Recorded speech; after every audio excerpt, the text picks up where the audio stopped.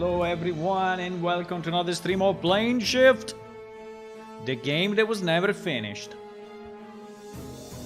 Hello. Wait, I have to see if everything is up and running. Maybe. I think it is. And if it's not, we will click on some stuff and it will make it.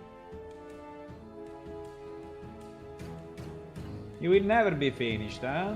It's like a piece of art. Yeah, it's like an organic being. Huh. It is exactly what it is. Hello. Hello, my friends. Hello. Yep. So today, maybe we will have our guest. Let's see. Let's see if we will have our guest. I invited him again. He should have joined yesterday, but he was busy. I mean, it's okay. No issue. No issue. Look at this beautiful underwater scenery, by the way. Huh? Very nice, huh? I know. Very nice. I just need to keep an eye on the on few windows. But okay, so I have some good news on the voice, because I did more tests and I decided to create an example, which, by the way, I think I will publish in our Patreon for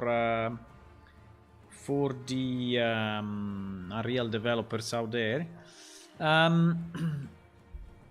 I managed to build an example that is using the positional voice chat. Now, I didn't have the time to test it much, but I'm basically going with this video, right? This tutorial, which is very nice and is explaining pretty much the core of it, which, by the way, was taken from another post of a few years ago. There was this one, was actually in 2019. This guy named Matt. Thank you, Matt. I mean, if you are watching the stream in the future or in the past, I mean, it's the same for me. And I have to say that I tested it a little, but it seems to be working. Okay, so I didn't really test the attenuation with distance, right? That I didn't do it, but I tested the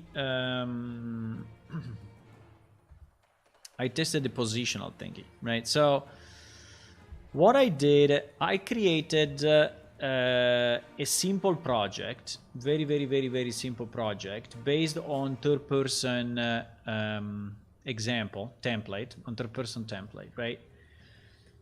And inside of this, I kind of merged a piece of this example.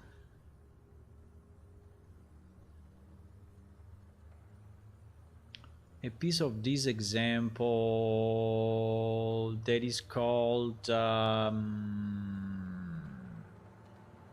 multiplayer shootout, right?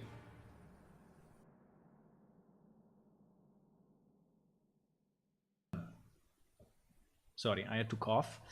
Multiplayer shootout, which is basically giving you a minimum environment for multiplayer, right? So is creating a session, is asking, you know, to join the session and such. And so I put it here. So basically, when I start the game, you have this play, find games, and quit, right?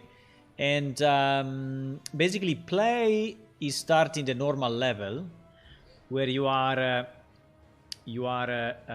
this guy, And if you do join game, if you do find games, right, you will search for a game in the LAN, right, in the LAN.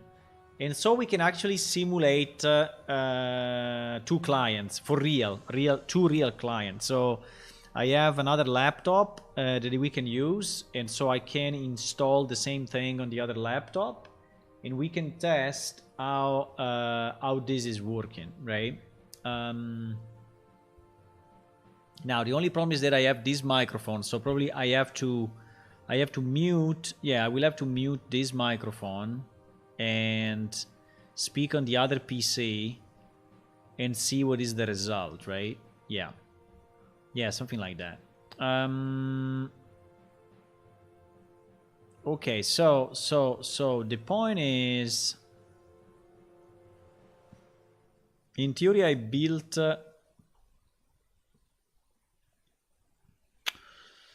in theory I built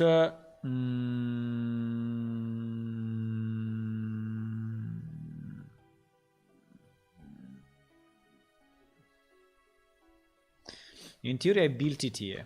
Okay, so let's go on the other machine. I will try to go on the other machine. And on the other machine, I will copy under Unreal Projects voice chat package. I will create a new directory and call it voice chat package, and we are going to copy paste this thing. I don't think it's too big. It's like 700 or 600 megabytes. I mean, it's not too big. And by the way, this is the shipping version now.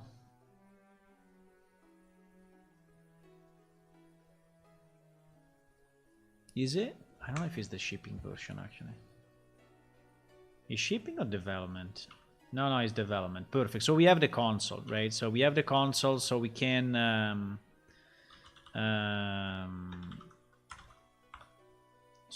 activate whatever we may need, you know, to understand the thing. Okay, so hello, Fergus. Hi. Good evening. Good evening to you. I'm copying the file, so we need to wait this to finish. Now, my other laptop is not really a great PC, but I think it's enough, you know, to run this example, which at the end is very simple, right?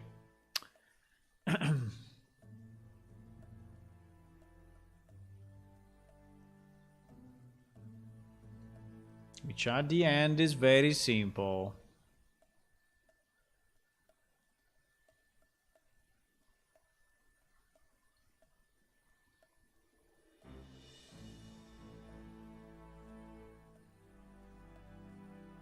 I see that some of you asked, can we have automatic harvest and automatic dig on the E key, right? On the interact key. I was thinking about it, but I don't know how to do it, because how can I know what you want to do, right? So the game does not know if you want to dig, if you want to harvest, if you want to harvest a specific resource, another resource, or whatever. So in theory it would be nice if you could just press E and try, but or we base it on the tool that you have in your hand, right? So that if you put a rock pick, automatically it would be dig. But I don't know how to do it. I have to think a bit about it, but I don't understand exactly how to submit the command, right? So this is what I don't know.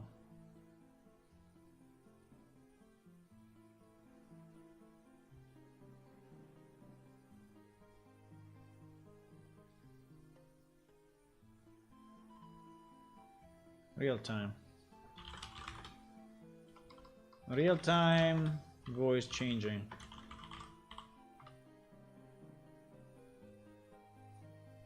It's possible. Real-time voice changing is possible. No, sorry, I was answering to something else. We don't have a picture of the day. Ah, pity. Okay, so let's do this. I will. I will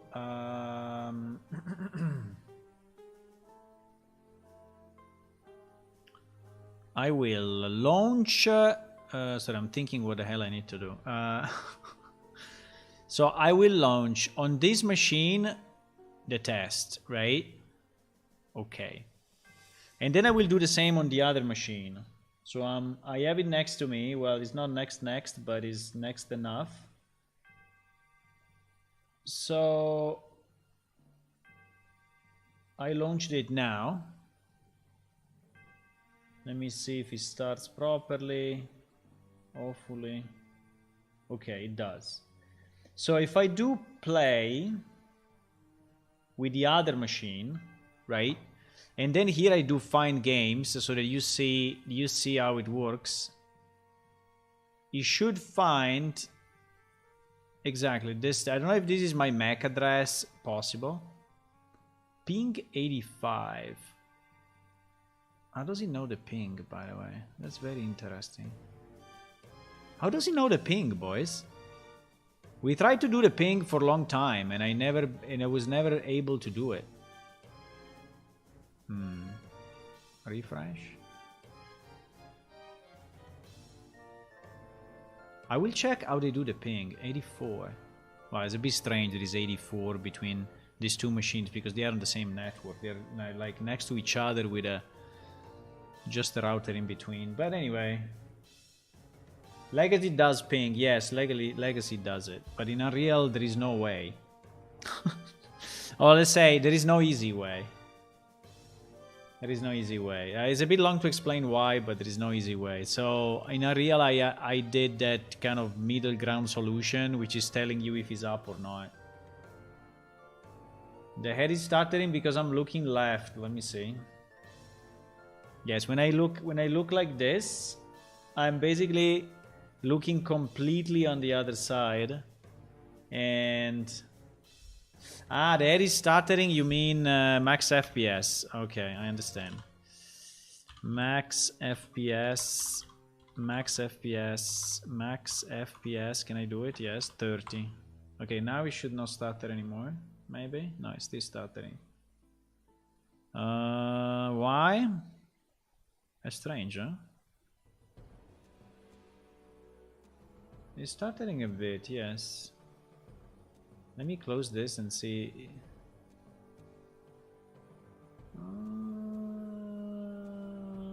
Yeah, there is something on my machine that is... because I also have this running. Maybe now it's better. Okay, anyway, max FPS 30 will fix it. But consider when I'm looking at the other PC, my head is completely turned, so I think he has no way to identify where my face is. So okay, let's start this. And let's do find games, right? Then we will check the ping. I absolutely want to know how they do it. 37. 3785. Doesn't seem to be very stable. Okay, so if I join this game, right, now I joined the same game or where the other PC is. In fact, if I go to the other PC and I move my character, well, we got a bit of a stuttering at the beginning, right? But this is the other PC, right? Is the other PC. Sorry, I need to do max FPS again. Huh? Okay, that's the other PC. Yeah, there's a bit too much stuff running at the same time, boys. I don't know. I have 1 million programs running. You have no idea. I don't know how the PC of today can really do this. It's insane. It seems that there is a lot of lag, by the way. I don't know why, but there is a lot of lag. I mean, plane shift is way better. Fine. Let me try to do a max FPS also on the other PC. T max FPS 30. Okay, the other PC.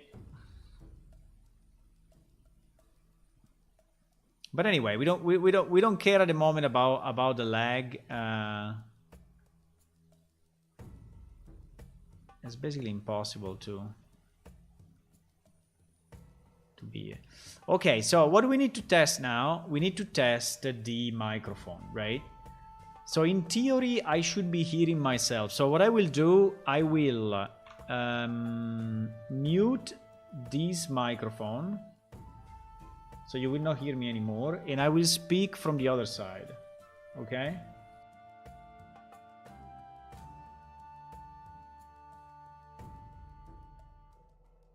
Hello?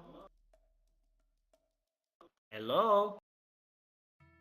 I'm on the other PC. Can you hear me?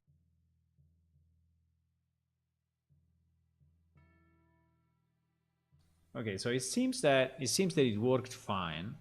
Now there is a bit of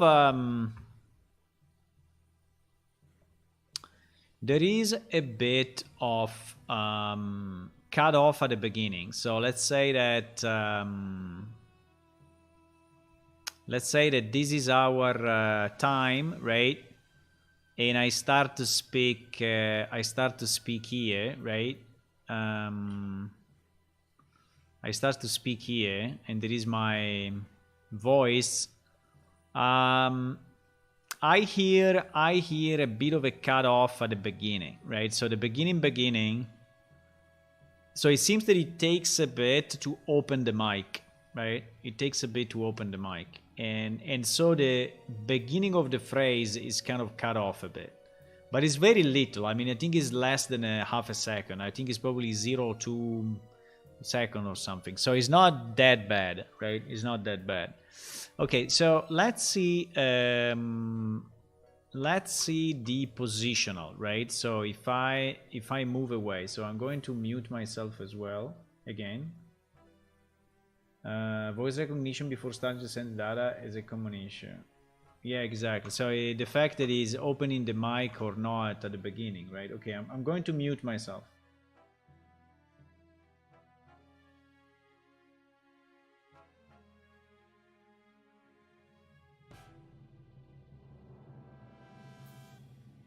So I would like to speak, but move away and see if there is any attenuation on. Theory, we have an attenuation of 10 meters, but it seems not working. Now it doesn't. Hello, hello, hello, hello, hello, hello, hello, hello, hello, hello, hello.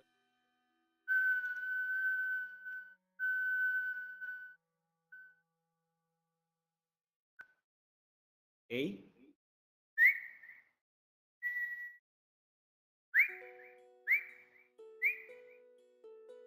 Hello.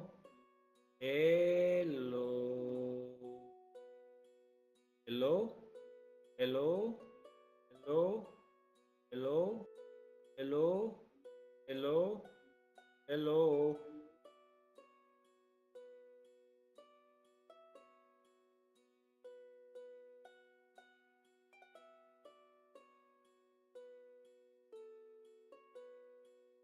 I am very far now. I am very far, but it is not attenuating anything. Okay. Okay, I'm back. It seems that it's not attenuating anything.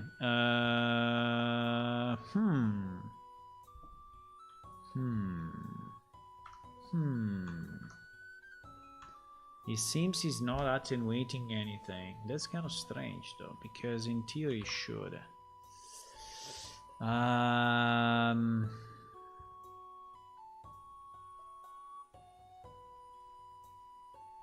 Let me see why. Let me also change the music. It seems it's not working, basically. I mean, the voice goes through, which is perfect, but it seems that the attenuation is not really doing what it should. Right?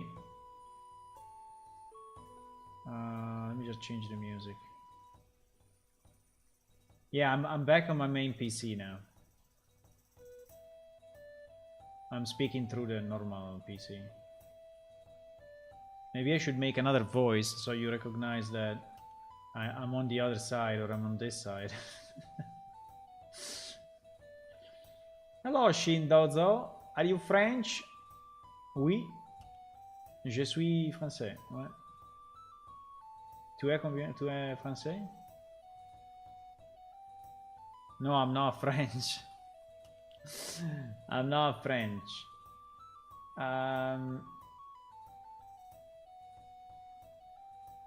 Wait. I'm trying to do something. Okay, I was changing the music. I forgot what I was doing. Hello, Make and Real. Hi. Welcome. Welcome.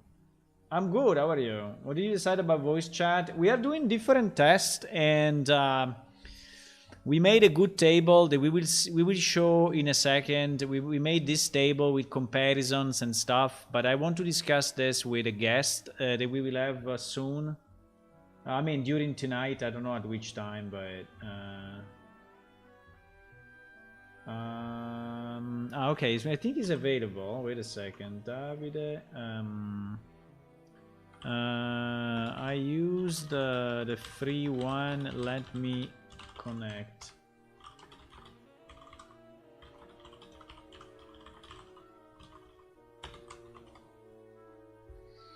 Okay, I think our guest is available. So let me launch this Mumble thingy. Mumble.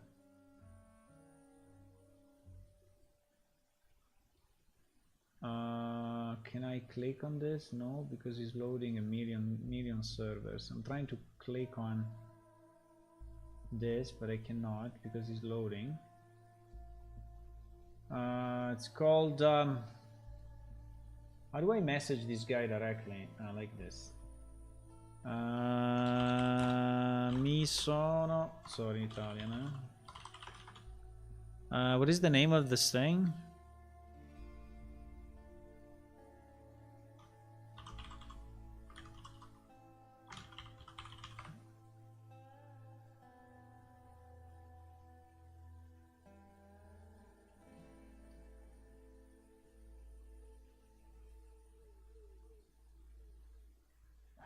I cannot message him for whatever. Okay, I would just, sorry 1 second, but seems not working.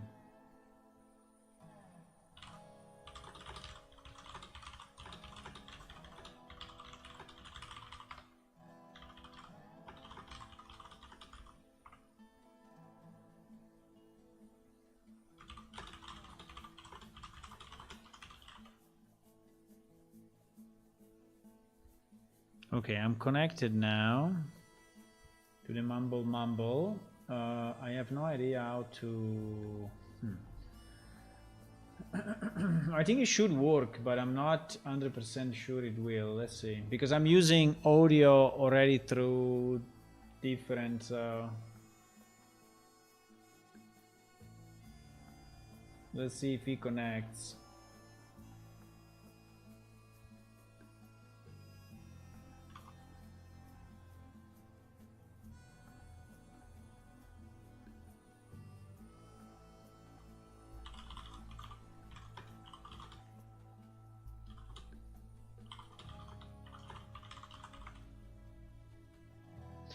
Okay, meanwhile we do that, you should be able to connect via friend link, assuming it's on the friend link. No idea.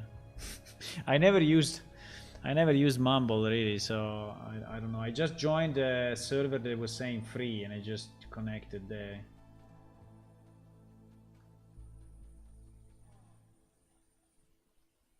I don't know. This guy obviously is not joining Discord because he is a competitor. Because Discord is a competitor, I think. So I mean, I understand him. So no issue there. But I hope he can join. Can I create a room or what? Let me see if I can create a room. I have no idea. I have no idea how this thing works.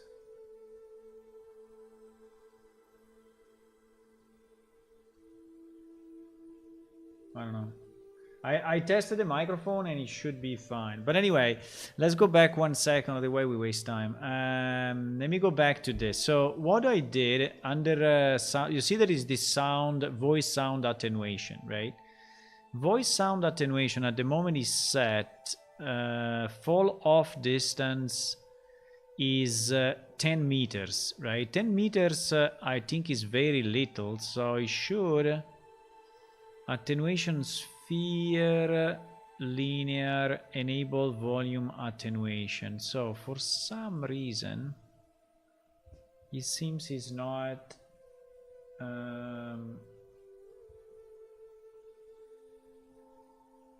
it seems he's not doing it.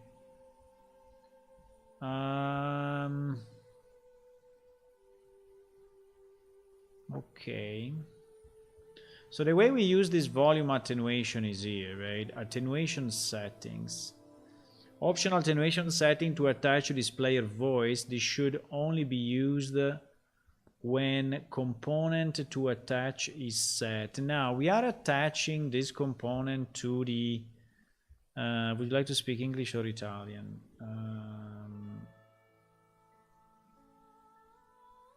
English. I mean, the stream is in English. Is in English. And it's not sending my messages. I don't know why.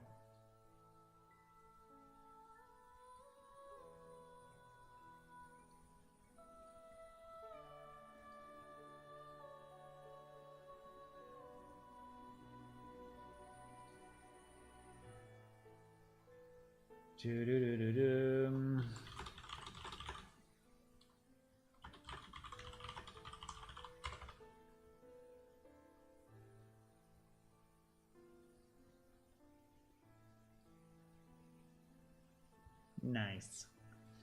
So I don't know if we are in the right server or not.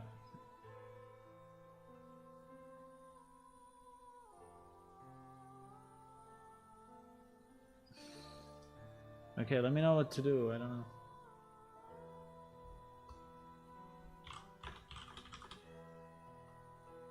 Stream link. Yeah, let's first have the audio in. Stream link. You will see a tiger. It will be like, what? I'm speaking with a tiger. Yes, I'm speaking with a tiger.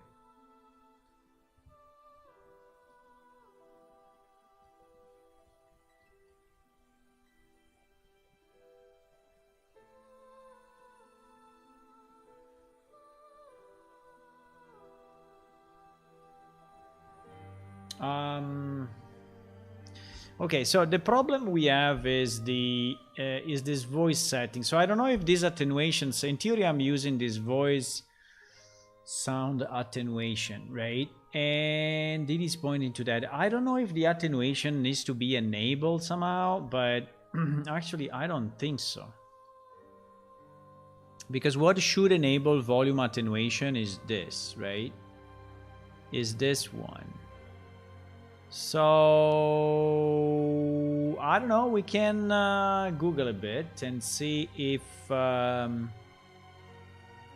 there's a real sound attenuation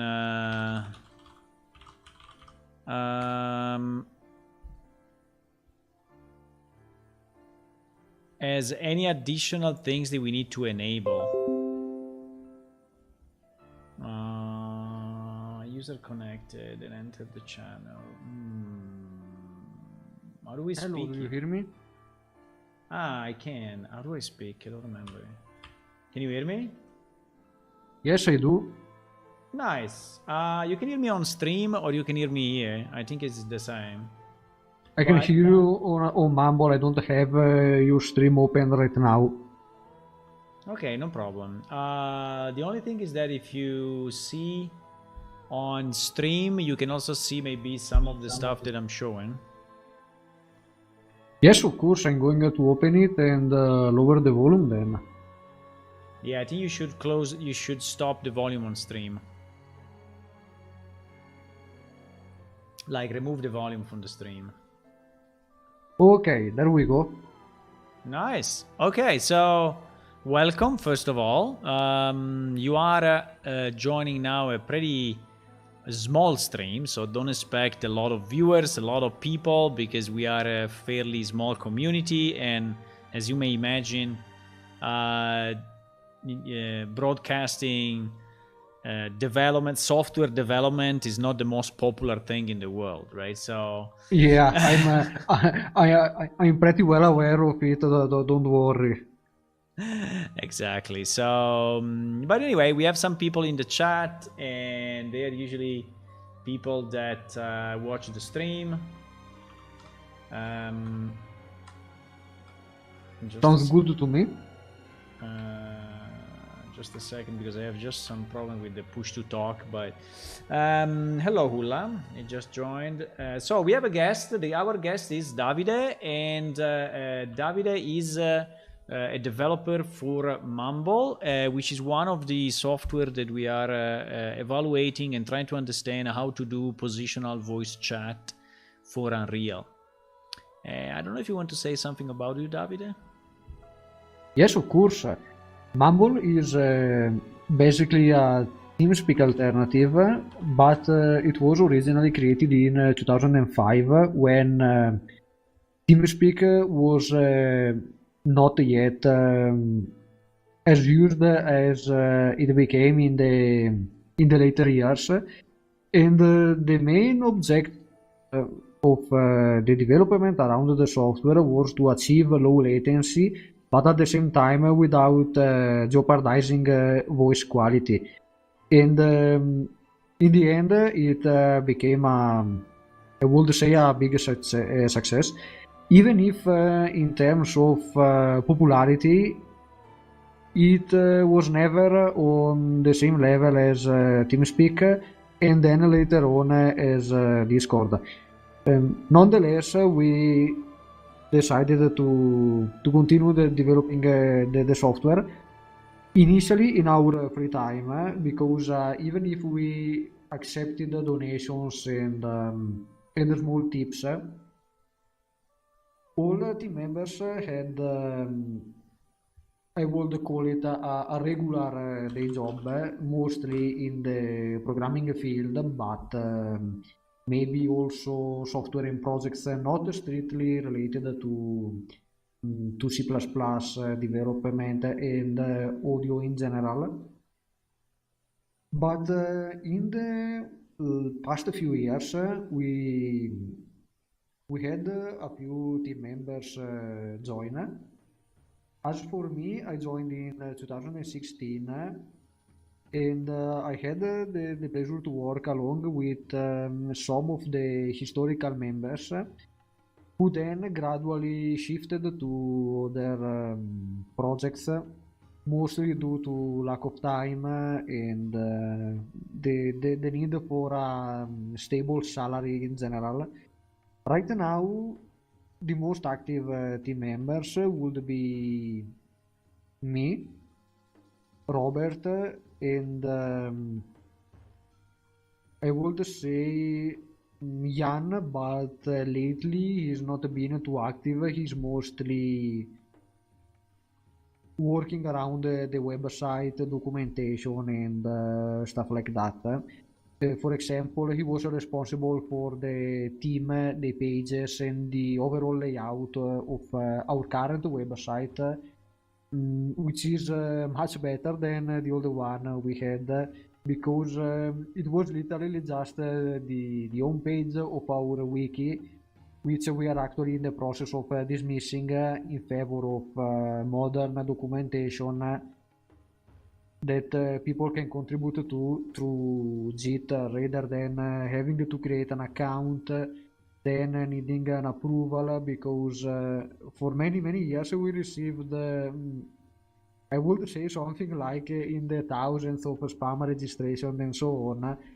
And since we already had little time on our hands to deal with the stuff, we ended up just disabling registrations, and we are now still in the process of migrating a lot of pages from the wiki.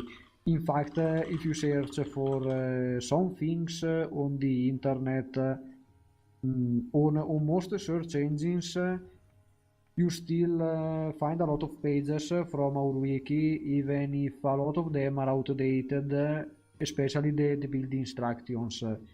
And on that note, yesterday you encountered quite a few issues which are actually expected, especially on Windows, Yes. because frankly, it has always been a pain to develop, mainly on operating systems that don't provide their own package manager, which would be Windows, macOS, and basically anything that is not a true Unix operating system.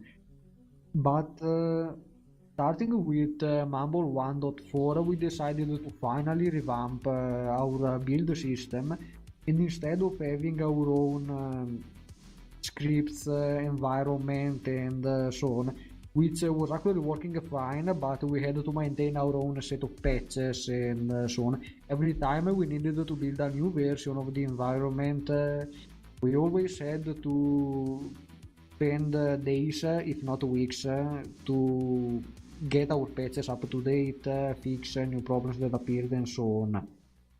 However, when Microsoft revealed VCPKG, which is probably one of the best package managers for C and C++, it became pretty much an obvious choice that we had to switch to that, and stop having to maintain our own thing, because it was eating away too much time, and in addition to that, it was clear that VCPKG would be much better. Okay. Yeah, I just wanted to have, a bit of more information. Thank you for that. So, someone is asking in the chat if Mumble is free to use. Yes, Mumble is open source. Is using a BSD-like kind of license, right? So is can be downloaded and used by anyone for free, right? Yes, that's correct. There is no limitation in terms of a number of users. You can host your own server and so on. And the BSD license also allows you to use pretty much the entirety of our code into a commercial application. You only have to put something in the credits, something like this part of code comes from the Mumble project. We performed a few modifications to it and so on. And in the past, we actually received quite a few requests about integrating Mumble into mostly games. But unfortunately, we never had a library on our hands that could be used out of the box. In the past, Mikkel, one of the historical team members, tried to create a library from scratch, which it was mostly an experiment, but it became pretty much abandoned back in 2014, if I recall correctly.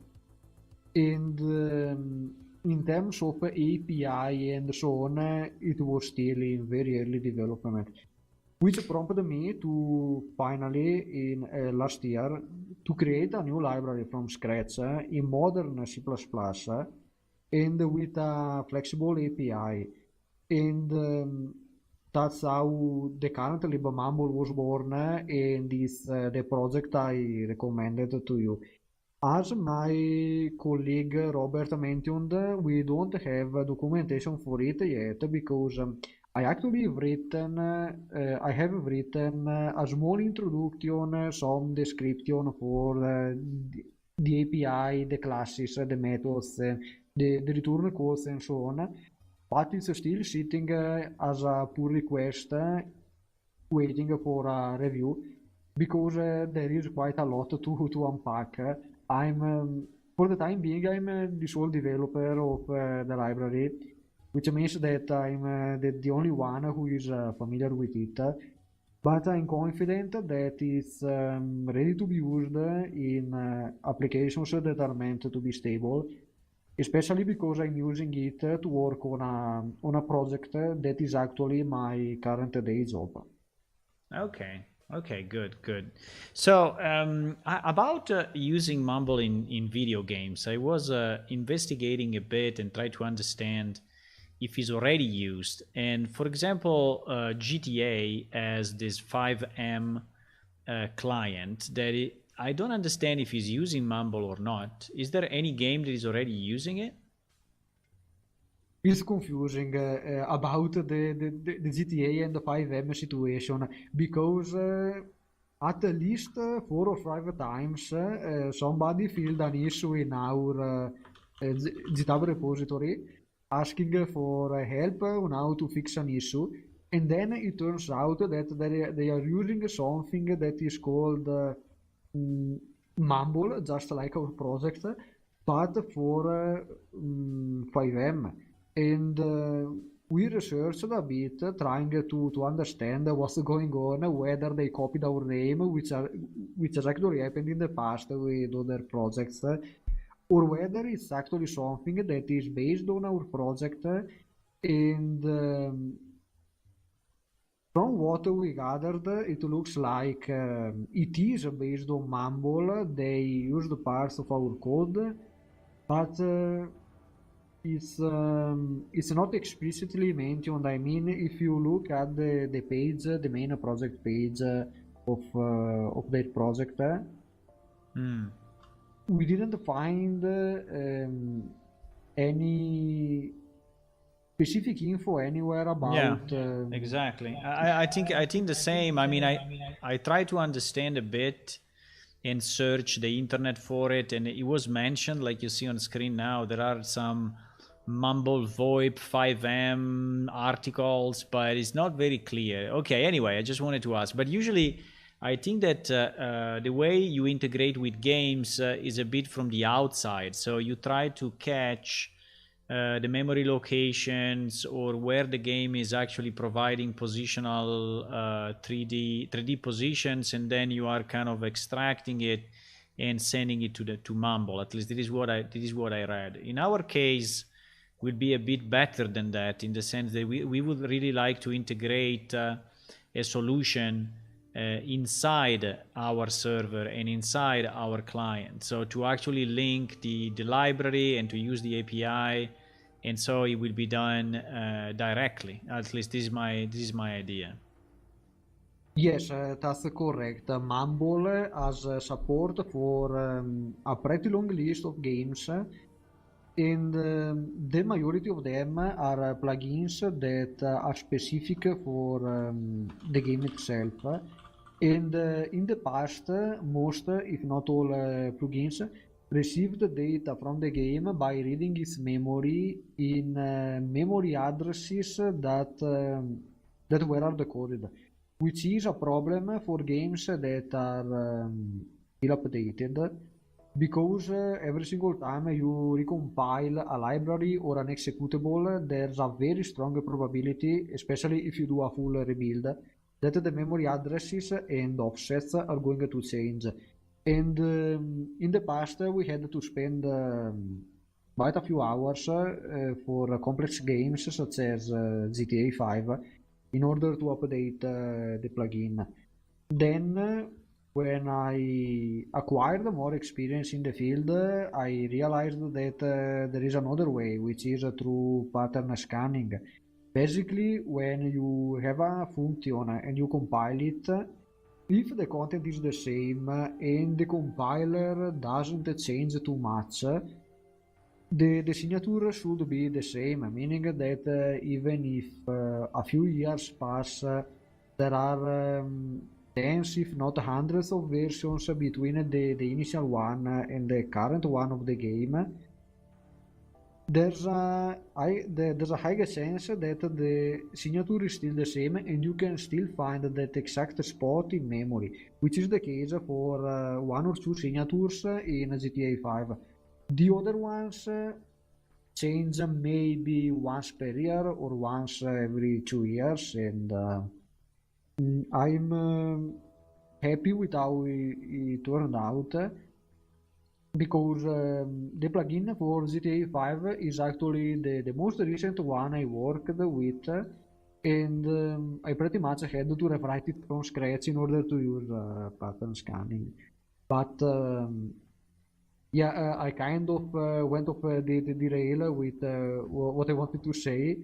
I just wanted to make it clear how it works under, let's say, normal circumstances. But we have a special plugin which is called Link. And the Link plugin, what it does, it simply creates a shared memory area, which then games are supposed to write into. And it's what is done in Minecraft, assuming you have the relevant mod installed. But there are also games and game engines that support our plugin directly, meaning that you don't have to install anything, it just works right out of the box. For example, Source Engine has native support for it. Yeah, this is exactly what I want to understand, because I have uh, I have seen games, that are supporting it externally, and other games that are supporting it internally.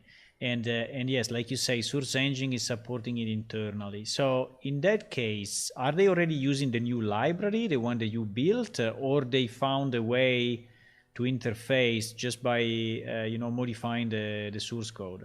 I mean, how they did it? How is it done?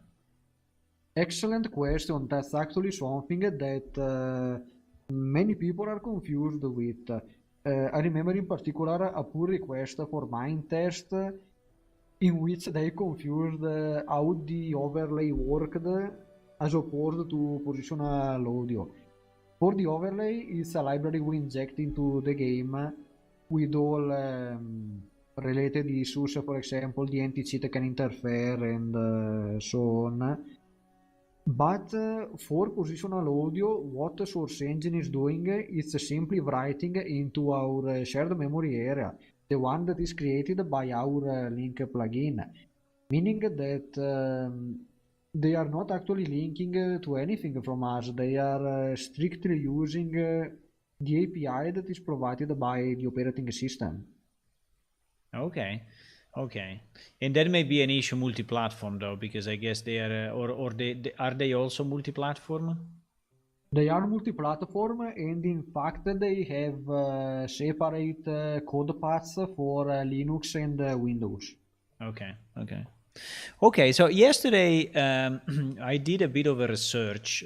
Again, I'm not really knowledgeable about voice and positional voice, but I tried to do a bit of a research on the internet and understand, what kind of services are available and who is doing what. So um, I would like to bring you to that discussion a bit, so to show you what I found. I understand that this will be speaking about competitors potentially for you. So maybe not the best, but I think it's important for me to understand where Mumble is positioned in this scenario, and also what is the advantage of using it compared to maybe other systems. Okay. Yeah, don't worry about it. Okay, good. So yesterday we went through this exercise. You can see it on screen. You consider that the stream is about 10 seconds delayed. So whatever I show you, you have to wait like 10 seconds, and then you will see. You should Okay. you should see an image on screen with different services, and the third Yes, I one, do. yeah, the third one is Mumble. So speaking about the first one is Epic Online Services that is actually built for Unreal. So is designed for Unreal and built on Unreal. And they added recently an in-game voice chat capability. Here on the columns is a bit of my analysis, okay? So the first thing I want to know is if this service is actually working properly on the 3 platforms, because our game, by the way, our game, I don't know if you know much about it, but it's a very kind of small game, meaning indie game developed for fun during the years. Let's say the only strong point is that is in development since like 20 plus years, right? So we were existing already in 2002, but Yes, I read the website, quite a long history, longer than Mumble actually. yes, yes. It started when when I was younger, for sure. But yes, I am the founder and main developer. At least now, at the beginning, there were a lot of different developers that helped me. But I am anyway the original founder and original author of most of the stuff. But okay, so the first thing is platform. So this one is supporting Windows, Linux, and Macs. Then the second thing I want to know is if this particular service is supporting lobbies or rooms or positional audio. Because, and in this case, unfortunately, Epic Games in the online services is supporting only lobbies. So only lobbies means something like we are using now with you on Mumble. So we enter into a room, we create a room, and everyone joins in that room, and there is no positional audio, right? There is only in or out. You join or you don't join. And also, and they do this because originally Unreal Engine was used for Unreal Tournament and for Unreal, and so their concept is 2 teams fighting each other inside a game, and so one team is inside one room, one audio room, and another team is in another channel, another room, and that's enough. For them is I enough, see. right? Yes, it's actually something that was implemented in the past for Mumble as well through some server-side plugins that move the people in the related channel according to their team.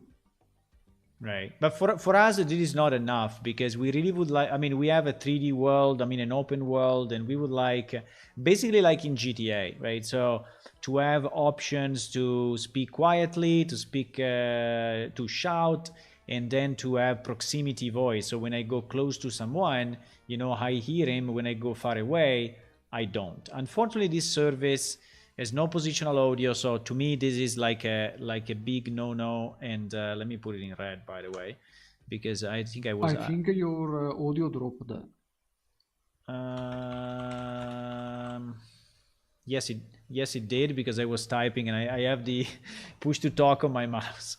But yes, so no positional audio, right? So this for me is a problem. In addition, what are the usage limitations? This service is allowing you to have maximum 16 people in a room, and they have a maximum number of requests per minute that you can make, right? I see. Okay, it's basically a cloud service rather than something you can host yourself and make it work independently inside your game.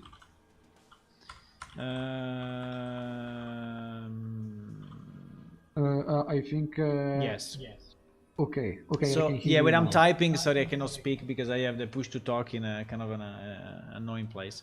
But the only benefit, you know, is that they provide you for free as a service and is on their servers, in the bandwidth, and basically they pay for the bandwidth, right? So we don't pay for the bandwidth because you use it as an external service. But to me, this positional audio is kind of a no-no, and so this service for us is not good. Yes, I would also like to add that you still need your own server in order to make the game work. And on one side, it's an advantage to have a separate server for the voice chat, but on the other hand, it's something that adds complexity and also. I honestly always prefer to be able to host my own stuff, especially for integration purposes. Right. I can hear you. Yes, yes. Sorry, I was just typing some stuff. Okay.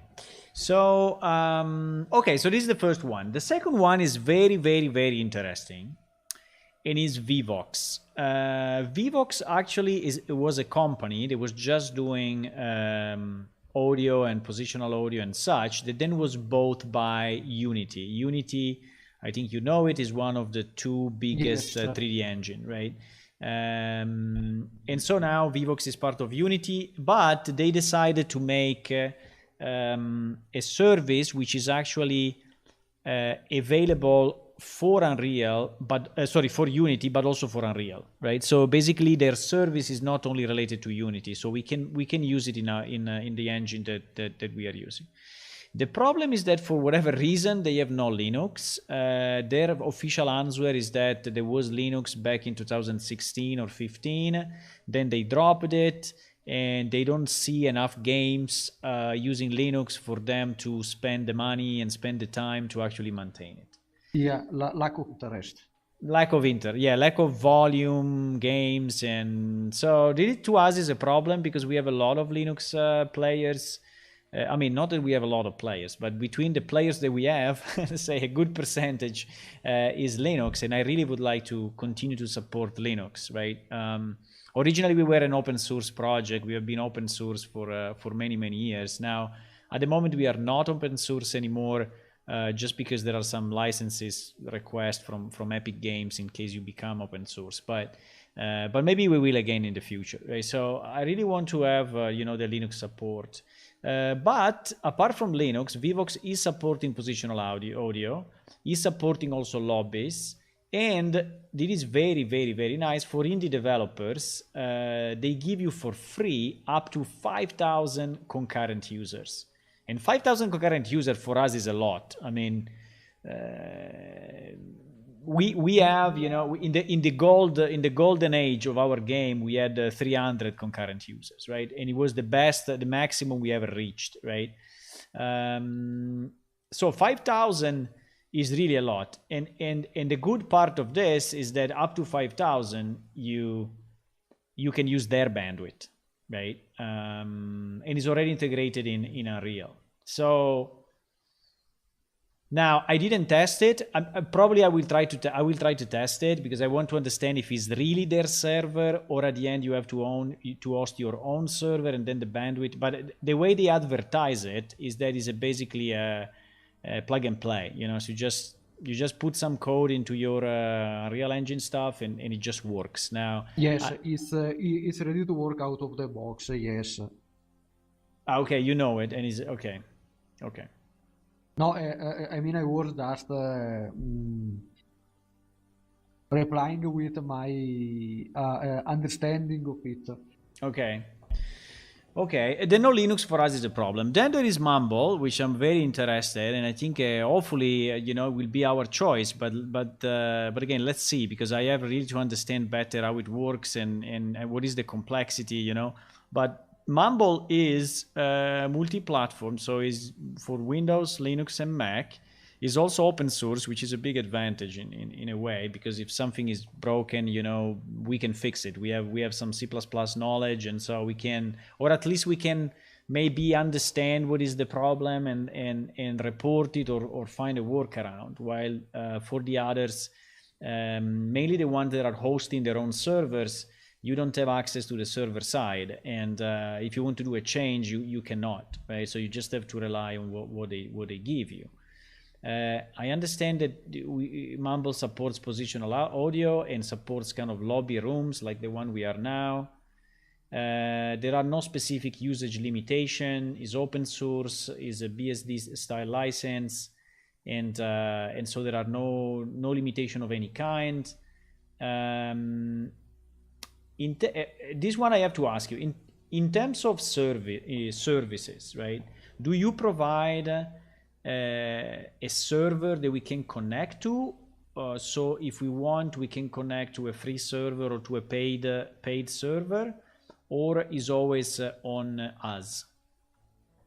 It's something we think about in the past about hosting our own service for servers and so on. Due to mostly lack of time, we never came around to it, not even for experimenting and just overall testing to see if it's something feasible. But the truth is that most people actually want to host their own server for security, privacy, and also because you can run it pretty much anywhere, even on a SBC, a low-powered computer such as a Raspberry Pi and alternatives. In addition to that, there's also to say that Mumble itself, I mean, we have our own official client and server, but it's actually the protocol itself that matters. As long as you respect the protocol, the messages, the restrictions, and so on, you can build your own thing and communicate with an official Mumble client or server or literally anything that is compatible with it.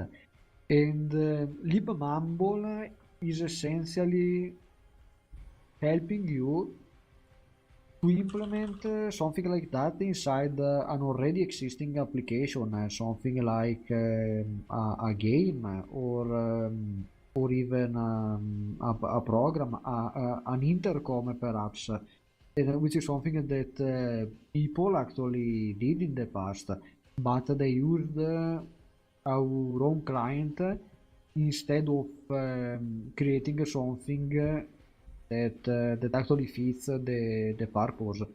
And in your case, libmumble is probably an ideal choice, but there is something to keep in mind.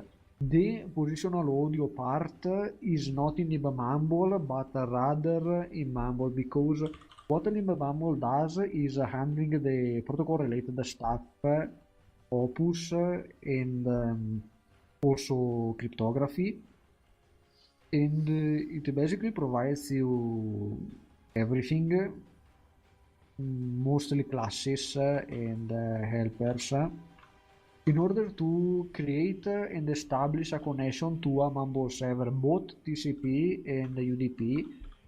And the way it's written makes it very, very flexible and scalable, because it takes advantage of as many threads as you want. That's for TCP, very important for servers. As for UDP, most of the performance concerns are actually on the application side, because instead of having one TCP connection with its own socket and so on, with UDP you have one single socket, you receive all packets through it, and then you have to filter them based on the user and so on, and that's where the performance hit comes from the hash map you're using to the overall system and how much processing you have to do. And Yes, there is something that let's not go too much into detail on that, because I think we will go next. Okay, so next we will go there for sure, because I want to understand with you a bit of the architecture and how we may organize it. I mean, this, inside the same server, separate threads. yes, Maybe we can yes, discuss a bit about that. That for me is very important, because I want to have something that is actually scalable, or anyway, I think it's fun to do it in a way that is the right way. So let's discuss about that in a second. So I added a new column here just to say what is the codec for audio compression. My understanding is that Epic Games is using Opus, because this is what I find in the source code. I see Vivox from the Vivox documentation. If I look at their website, they say that they are supporting 4 different codecs: Opus, Siren 14, Siren 7, PCMU. I have zero knowledge on all of them. Probably you do, but Me neither. Me neither, actually. They may be something proprietary that I'm not aware of because when Mumble was originally created, the codec was Speaks, which is also the one that was used in Skype in the very first years. Then we switched to Celt 0.7 and then 0.11, and then we switched to Opus. And for many years, at least a decade at this point, we kept the support for Celt in addition to Opus, and we decided last year to finally drop support for both Celt versions because they've been pretty much unmaintained for a decade or so, possibly even more, and they were basically in maintenance mode with only fixes for security vulnerabilities and so on. But the thing is that if you have to write a comparison table right now about Mumble, I would only list Opus as the supported codec. okay, yeah. We are investigating whether it would make sense to use other codecs such as the new Lyra codec from Google, but from the time being, only think about Opus. Good. It seems to be a standard at this point because it seems to be the default anyway on Vivox, and seems to be the default on a real engine and also Mumble. So it seems that is really the default. Here you see some comparison, and basically the result is that yes, maybe it's using a bit more bandwidth, but the result is really better compared to all the others in terms of quality. And Yes, yeah. as far as I know, it's also the codec that is used by Discord. What matters in the end, in addition to the codec itself, is the DSP. Audio processing can impact a lot, especially when it comes down to noise cancelling, echo cancellation, and so on. And I think it's in that compartment where Mumble really shines. It's not perfect. I mean, no methods or algorithms are perfect. All of them have their own flaws and so on. And it's actually something that also computer manufacturers gained an interest in the last 3 years, ever since COVID started, basically because a lot of companies that previously didn't care about remote work started to see a potential in it. And as far as I know, most people are happy to work from home. And due to that reason, it's a field that improved exponentially in the past few years. And we are definitely looking to improve our own code and algorithm. But right now, as it stands, I'm confident in its effectiveness. If instead you are referring to the backend itself, the way it interacts with the operating system API and so on, it's another thing in the sense that it's basically like a multi-stage processor where at the very origin you have the Opus packet, then you decode the Opus packet. Once you do that, you perform audio processing through the DSP engine, and at that point you pretty much have the raw audio data that you can play back through the desired device. For audio input is the opposite, and from a certain perspective it's actually more complex. And I would like to talk about oppositional audio since we are in the relevant field. The way Mumble works regarding positional audio is that the local client sends the coordinates along with some metadata such as the context and identity to the server. The server is then responsible for relaying it through all clients. And what happens is that when a client receives a voice packet, it takes the metadata into account, meaning the coordinates and so on, and based on that, it changes the audio output so that it is played, for example, through the left speaker rather than both left and right speaker in case of a stereo system. But we also support more complex environments such as 5.1 surround, 7.1 and so on. The number of channels we currently support is 18. I see.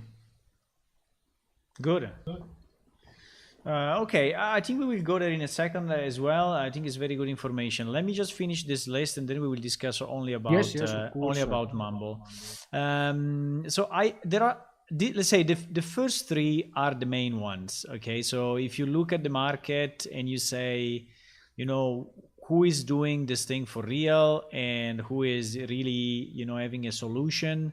I think that these three, so Epic Online, Vivox, and Mumble, are really dedicated to that. Then there are some other smaller players that are companies that maybe are already hosting games, like these 4Players is an example. They are hosting, they are already doing server and game hosting. And in addition, they added a voice chat service. And they say they support Windows, Linux, and Mac. They say they support it on Unreal. They say they have positional audio. I never tested it, so I don't really know, but it seems that they say yes. The problem here is that it has a cost associated and is free only up to 25 concurrent users. And then you have a kind of a significant cost, I would say, because apart from an initial like promotion that they have, like the first year you pay less or whatever, the first 6 months you pay less, but apart from that, when you are, you know, in a steady state, you pay 0.19 euro per user per month. So for example, 300 concurrent users is 57 euro per month, right? Which it's a lot, yes. Which, I mean, for a real company probably is nothing, but for us, you know, that we are still a free project, it starts to be a lot. And also it scales up, right? So if you have, instead of 300, you have 3,000, then it starts to be really a lot, because it's like 570 euro per month, right? Per month. And so I don't know if this really scales up well. I think that probably they are using it more for other type of games. I have no idea what is their codec. I try to search for it, but at the moment I have no idea. But to me, the fact that it's costing so much money is definitely a blocker, so I would not consider them. Then there are two small ones. These are not even companies. These are plugins that have been developed for Unreal only. And there is this directional voice chat that I don't like too much, because it has one time buy. You buy it one time only, which is okay, but they don't provide you any server side source code. Also is not, I mean, it's a company, but is a very small company, and having no source code means that if tomorrow they disappear, you know, the things becomes unmaintainable. So to me, this one is a no for sure. Yes, I fully understand. It's not something sustainable. It's not sustainable. Then the last one, which is one that actually I tested a bit, is this Voice Chat Pro. They say that it's not working on Mac because they have a problem with the microphone on Mac. I don't know why, but they say that the microphone is not working, so they can receive on Mac, but they cannot input on Mac. Yes, I'm pretty sure I know what the problem is, because we encountered it for Mumble as Okay. well. And in one of the latest macOS versions, Apple decided to be more strict in terms of code signing and so on. If you don't notarize your application, there are multiple chances that it's not going to work correctly regarding a certain permissions. And what we had to do was one, notarize the application, and two, write a manifest with the kind of permissions we need and so on. And in addition to that, the user has to give explicit permission to access the microphone, but that's okay. It's the rest that is a problem. Okay, I see. Yeah, so I don't know if they will solve it. Probably not. Let me just figure. So they maybe will not solve it. So the fact that they don't have a Mac to me is a bit of a problem. So, but anyway, it seems to work with positional audio. The price is super low. I mean, they just give it to you one time, 39.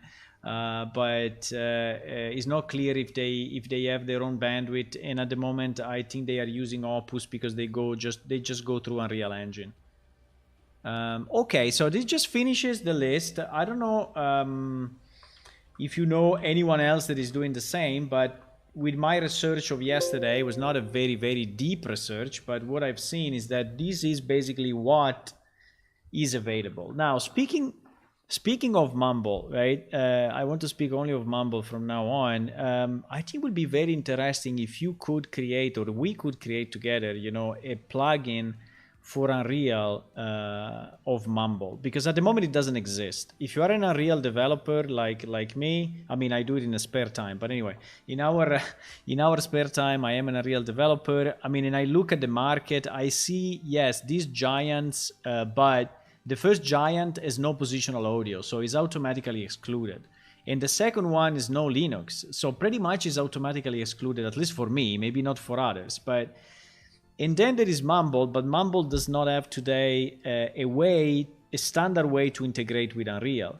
And maybe, if we create something that is at least compatible with Unreal, it will drag more interest, right? And maybe in your point of view should be Unity and Unreal, right? Both of them, both the major engines. So why? One question I have for you: why you don't have something like this already?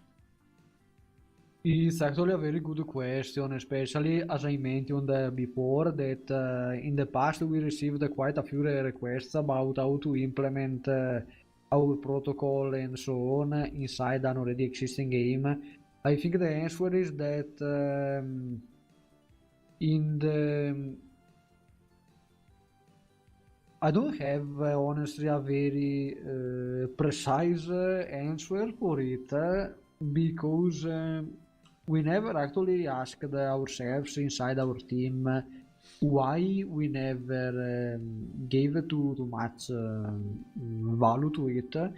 I think the most probable reason is that development around Mumble always focused on improving the original client and server, such as writing a new positional audio plugins, improving the audio system, and so on. In fact, in the past few years, we made so many improvements that it almost looks like a different program compared to what it was quite a few years ago. There is also to say that Mumble 1.3 took way too many years to release because during its development we basically revamped the entire team, as unfortunately most historical members are now they are still a part of the team, but as I mentioned before, they don't have any more time to dedicate to the project, and it took us a while to get ourselves together, basically find new team members, which actually happened naturally. And after that, we laid down a clear plan on how to go forward. For example, release a stable version each year and so on. But as for integrating Mumble in games and so on, It's something that we started thinking about, I think, right after the last request we received about instructions on how to integrate the protocol and so on.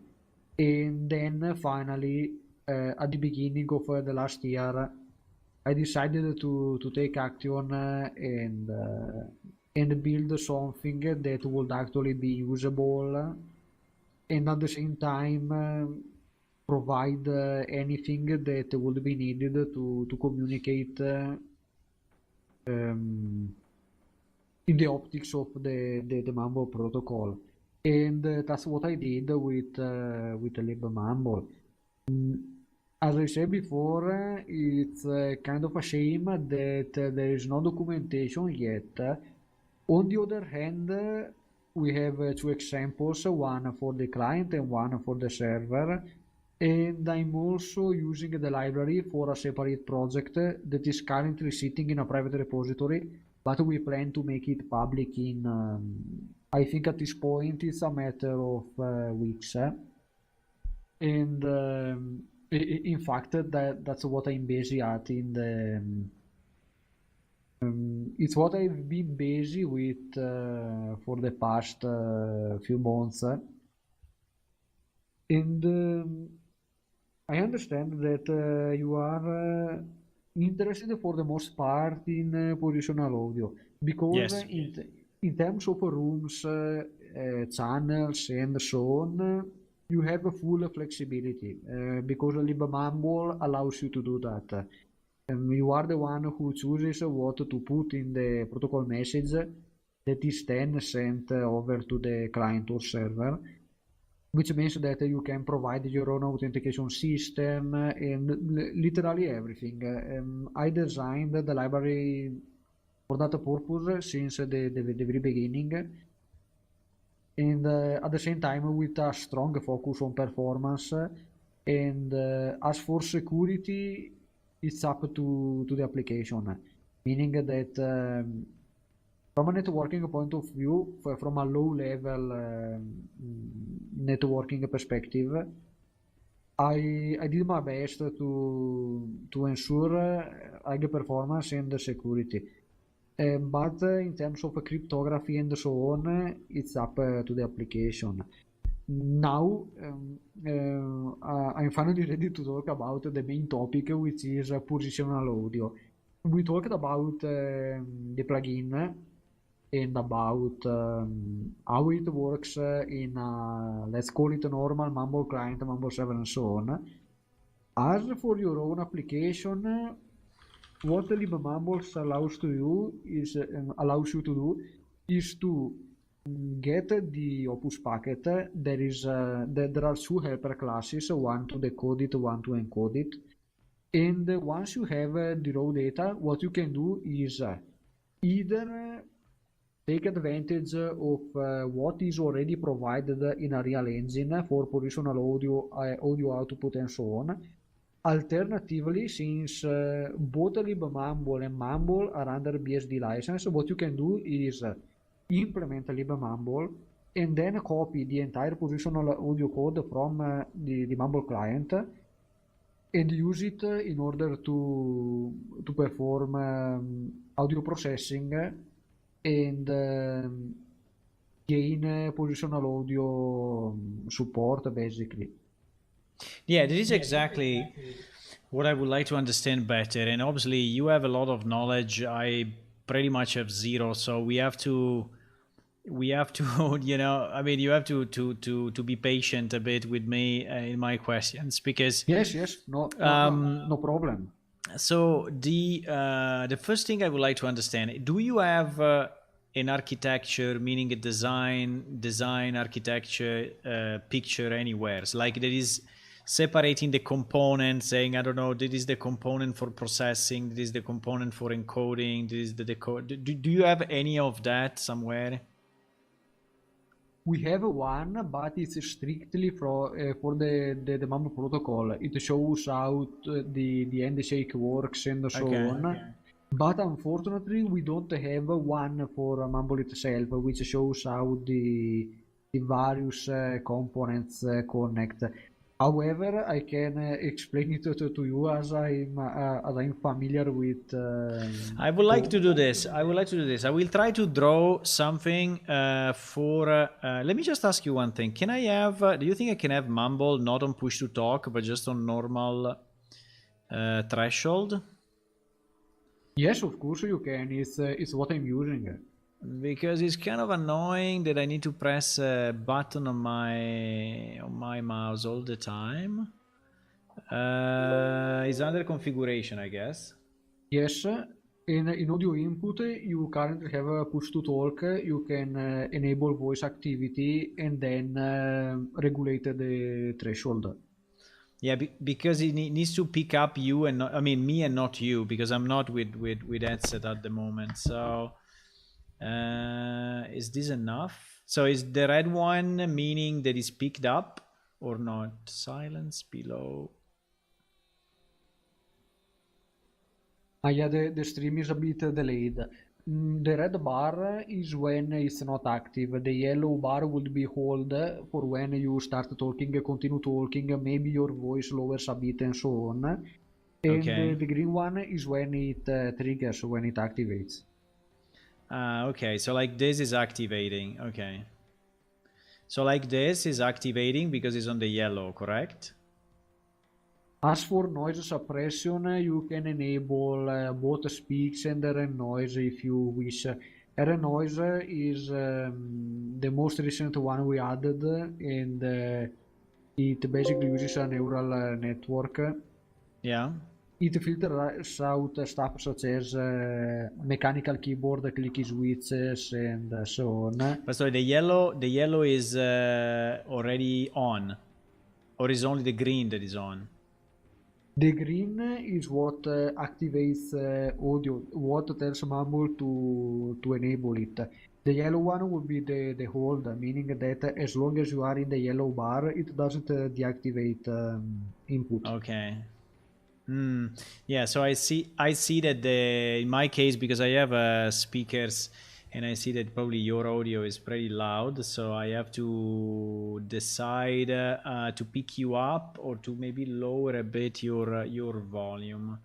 Uh, I can also lower it on my side if you wish.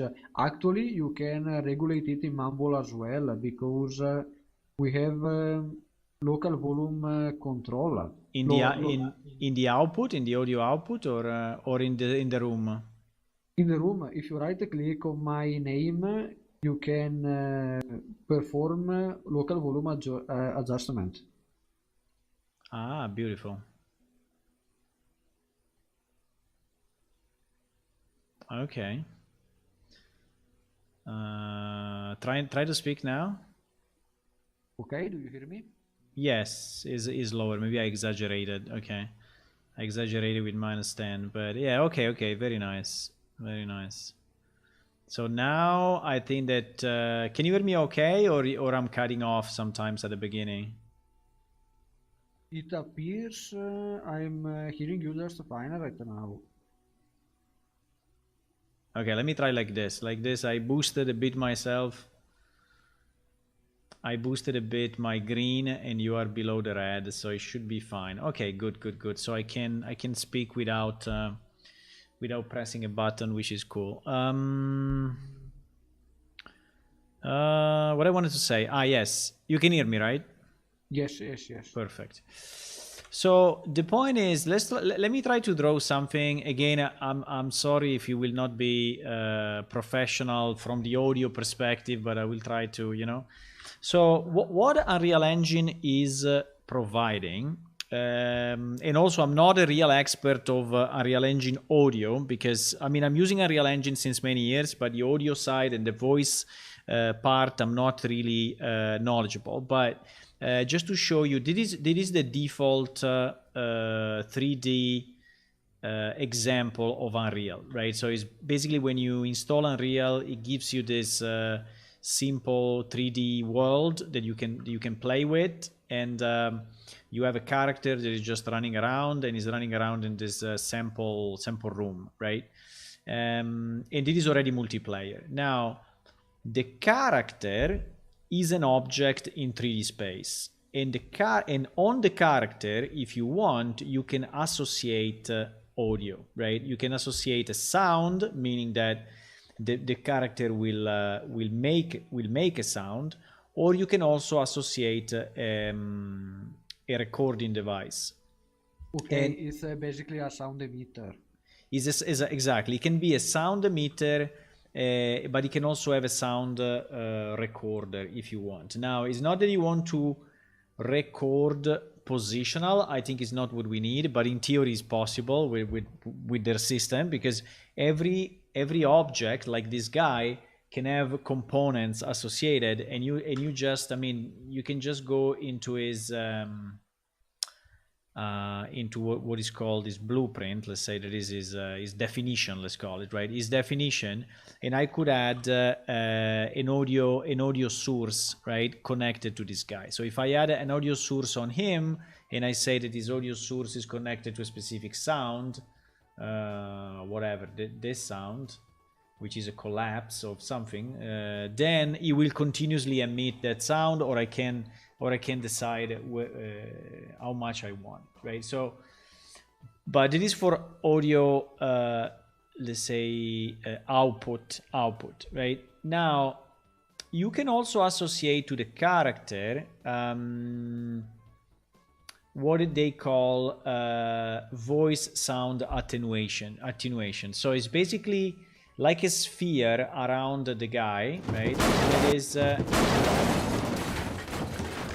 yeah, you see that you heard the sound of the collapse that now is on him. As soon as I played, the stream is a bit.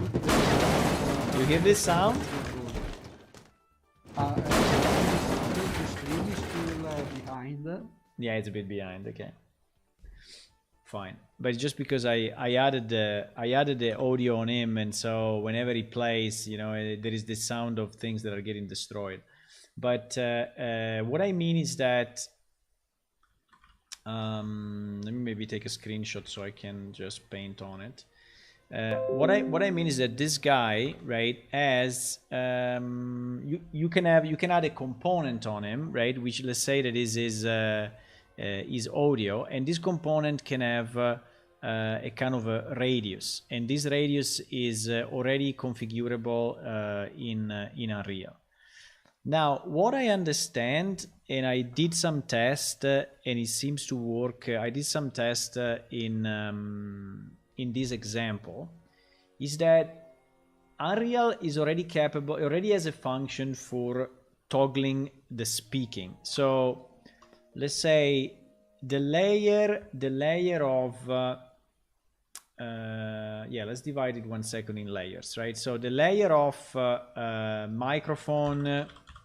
microphone input at the moment is already available in Unreal, and Unreal can open the microphone. At least I tested it. It can open the microphone, at least on Windows and Linux. I don't know Mac, but it can open the microphone, and it can have a stream of audio. And the stream of audio is then sent to, for what I understand, to the compressor, or to the encoder. Is sent to the encoder, and that encoder, do you call it encoder or compressor? We call it encoder, and the decoder for the opposite. Okay. So the encoder is not Opus, or is Opus encoding and decoding, I guess? In Mumble, yes, we use Opus for both. Yeah. So I think it should be the same here, I guess. And this is happening. Obviously on the client, right? So here we are. Let's say that this stuff at the moment is happening. These two things are happening, obviously on the client. Now, what I understand is that Unreal Engine is already capable of sending this thing to the server.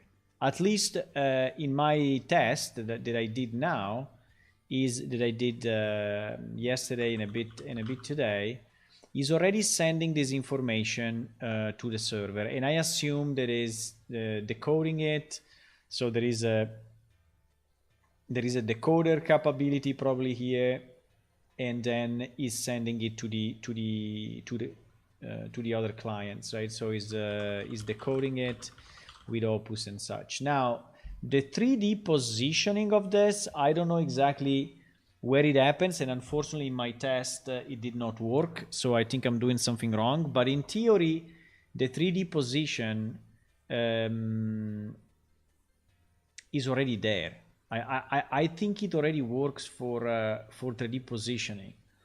So the problem is that this server is my server, so is the game server, and is basically running inside the same thread, inside the same main thread, you know, of my server. So he has an input, is encoding, is decoding, and then after the decoding, I don't know exactly what happens, but I think that he's basically having a kind of a broadcasting function that is sending it to all the other clients. I'm just this is just speculation because I didn't check this part in detail. But what I know and what I saw is that my other client is actually receiving the audio, right? So this is already happening, and so I think is decoding the thing. I think he's encoding it again. I don't know if he's encoding it again. I have no idea if he's encoding it again or he's sending it. He's sending it decoded. I have that I have no idea. Okay, so It's actually very important to know how we will end up designing the whole thing, but even if it sends audio raw, not encoded or anything like that, it will be no problem, because we can make use of the helper classes that are provided by libmambo. Whether you use Unreal Engine or the library to do it, it doesn't matter, because as long as the packet is not corrupt, the codec is the same. What changes is maybe the bitrate and other settings such as error correction and so on. But again, it's not a problem at all. And so my question, I think the question I have, and I'm really, you know, brainstorming a bit on this because again I have no knowledge, but where can Mumble help in this sequence, right? So assuming that Unreal can already do this, because I think he can. At least I've seen, and he can do it. Is Mumble helping me or helping us to have a better encoding, to have a better decoding, or to have a better broadcasting, or to recover maybe audio that is not good quality? I mean, where is Mumble into this picture? This is what I'm trying to understand. It will substitute all these pieces completely, including the broadcasting, and you make an excellent question, and looking at the diagram, it's I can tell you pretty clearly what you can do with the library. Technically, you can replace anything that goes right after microphone input to right before play audio. But if you prefer, you can keep the encoder and decoder of Unreal Engine and let the library decide for broadcasting, because at the end of the day, the most complex logic there is right now in the library is strictly about broadcasting, meaning the client-server architecture and so on. It's made also for clusters. It's ready to work for those kind of environments out of the box, because since through its API it passes the messages as they are received to you. You can do pretty much anything you want with them. even, for example, manipulate them in a certain way to make certain clients work in a slightly different way, and stuff like that. Meaning that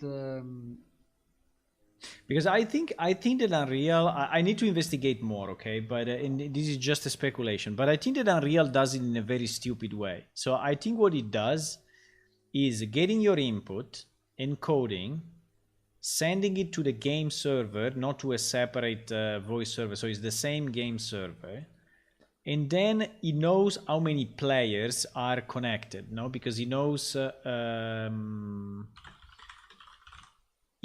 how many players are in the game, and so, and also he knows he can send data to them without any problem because he does it every time. So he's sending this data to other players, and then I think only on the client, but I need to prove this. I will check, but I think only on the client is then doing the attenuation. So he's doing the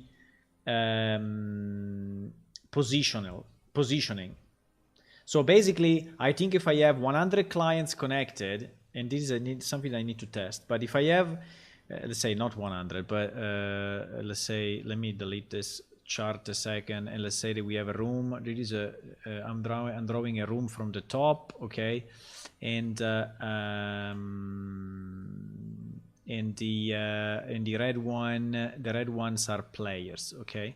So I think that what is doing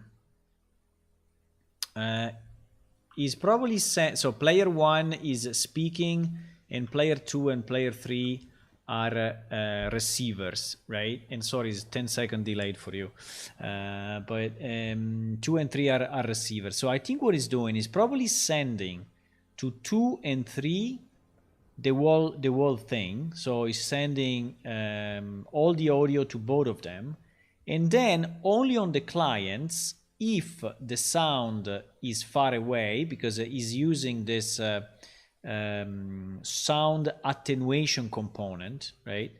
If the sound is too far away, then he's basically putting it to 0 on the client. But if this is the case, it's really a problem, because it means that I'm sending the audio anyway, and then I'm attenuating it on the client. And so potentially I'm sending it to a lot of people that will hear 0. I understand. And in Mumble, we actually have various configuration options in order to change the behavior, and it's very helpful based on the game you are playing, because the settings we had as default until a while ago had a problem. If you were far too distant, you would still hear your teammate, but with a very low volume, and some people complain about that. Other people ironically complained that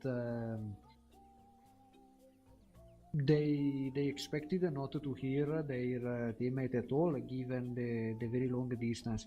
And for that reason, we decided to improve the tooltip, the description of the option, and so on. And in your case, yes, if that's actually how Unreal Engine works, it's far from ideal. It's not going to work effectively in this kind of situation.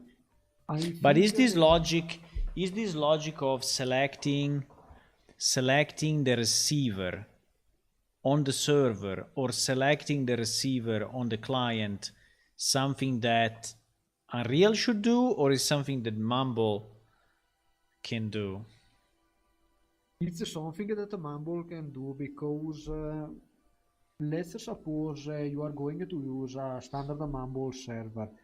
What happens when you connect through libmumble as a client? You receive various kind of messages, for example, the server version and so on. But what we are interested in is the list of users that are connected and the room they are connected in. And from the very moment you start receiving voice packets from the clients on the server, you can see the metadata that is provided by them. For example, the coordinates, as I was saying before, the context and identity, meaning that you have a full flexibility also from that perspective, meaning that if you know that a client is distant something like 500 or 600 meters, and in order to save bandwidth and also processing power, you don't want to send audio packets until they are closer, you can do that. But you said room, and room scares me a bit, right? Because I don't know what do you mean by room, because in reality our world, is an open world, and even the levels, are loaded seamlessly. So it means that while you walk, the next piece of land is loaded, right? So it's not that my players are in one room or in another room or in one level or in another level. They are basically in a seamless world, and what I have coordinates. So my world is like, again, if we take this blue box, that is, let's assume that this is the full map. Okay, so my current map is about let's say 12 kilometers horizontally and about 10 vertically. Okay, and inside of this I have many sub levels and areas and dungeons and cities and rooms and whatever. So I have a lot of things, inside of this. But the world is loaded seamlessly, and I have a unique coordinate system, right? That really has a kind of a 0 0 in the middle, 0 0 0. I mean, considering 3D. Yes, In yes. the center, and then I have, so I can give you at any time, I can give to Mumble at any time the position of my characters, and the voice will work maybe at 10 meters, 20 meters, for sure not 12 kilometers. So the point is that if you ask me how many rooms you will have, I have no idea. I mean, there will be infinite rooms with people switching rooms every 2 seconds, right? So it's based on their position. It's not based on a room. Yes, yes, indeed. Rooms, in my example, was basically the counterpart of teams. And depending on the game, if, for example, you are in a battle, you only want to hear your team members, and you only want your team members to hear you. Rooms would be used in that perspective, but again, you have full access to the library, and you have a full control about how stuff is going to work. There is nothing actually forcing you to do stuff in a particular way. Potentially, you could even have, as you said, a single room for all players. There is no limit.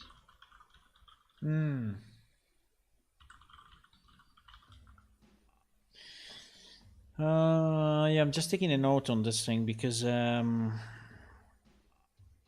so basically you can say that we can have a geographical, let's say a coordinate system, right? And the thing that I don't understand is who decide. For example, in this example, I have player one, that is the player that is speaking. Okay, the number one is the guy that is speaking, and number two and number three are two other players, in the distance. Player two is inside the radius, and player three is not inside the radius. I mean, excluding attenuation for a second. Let's say that when we exit from the radius is zero volume, right? So if I have to say, if I have to send the data to Mumble, do I send to Mumble the positions, and then Mumble is deciding that player 3 is too far and so we will not send the data to him? Or or I decided on my server that he is too far, and then I tell Mumble, okay, now please send only to player number 2. Oh, I see what you mean. The way a Mumble server work is basically as a router. It simply exchanges packets and so on. What the client, since it's not peer-to-peer, the client sends protocol messages to the server itself. It's the server itself to decide what clients, which clients it wants to relay the packets to. Ah, Even, okay. eventually after performing modifications to them. And on that note, I wanted to clarify that right now we don't have end-to-end encryption, meaning that the server can read the voice data and also manipulate it. Yeah, And that we don't care. We don't care. We are in a game, okay, so for us, it's not a problem. Security okay. is not a problem. I mean, in theory it is, but in practice, I don't really care. I mean, players, there will be a disclaimer, that says whatever you. But it's the same with the chat, Yes, If yes, I they are sending the understand. chat, we are not sending the chat encrypted. We are sending the chat in normal text. So whatever the player types, if he types, I don't know, his home address, I mean, he has to know that that home address is anyway going through the network and is going through the network unencrypted. Well, it is compressed and serialized a bit, so it's not like super easy to read, but anyway, it's not security encrypted, and I so understand. yeah. On that note, you could actually use libmumble to send text messages as well, encrypted through TCP. Right. So you are saying that it is very important for me to understand. So you are saying that anyway, if I am player 1 and I want to send information only to player 2, I have to decide it on my game server. And then I use Mumble to actually encode, decode, send, and receive on the other client, right? So Mumble is playing, like you said, is playing the role. Let me create. No, let me take maybe the Mumble icon, so it's easier. I want a Mumble icon, but I want it smaller than that. So let me pick it up from You here. actually have it in vectorial in our repository. Yeah, it's okay. No, but it's fine. It's just quickly. Thank you. But it's just quickly to create.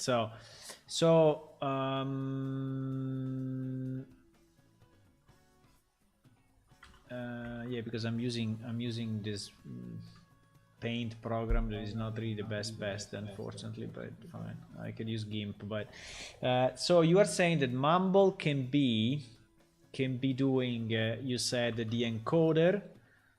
It can send. So who is sending from the client to the game server? Is it the Mumble sending, or is it again a real sending? I don't know. You are the one to decide it because if you want less complexity, you could use Unreal Engine to do that. And in the moment you receive data in your game server, then you make use of the Mambo library. But if you want more flexibility and potentially more performance, if connecting to different servers, one is the game server, the other is the Mambo server, seamlessly, I mean, it should not be something that the users the players need to care about.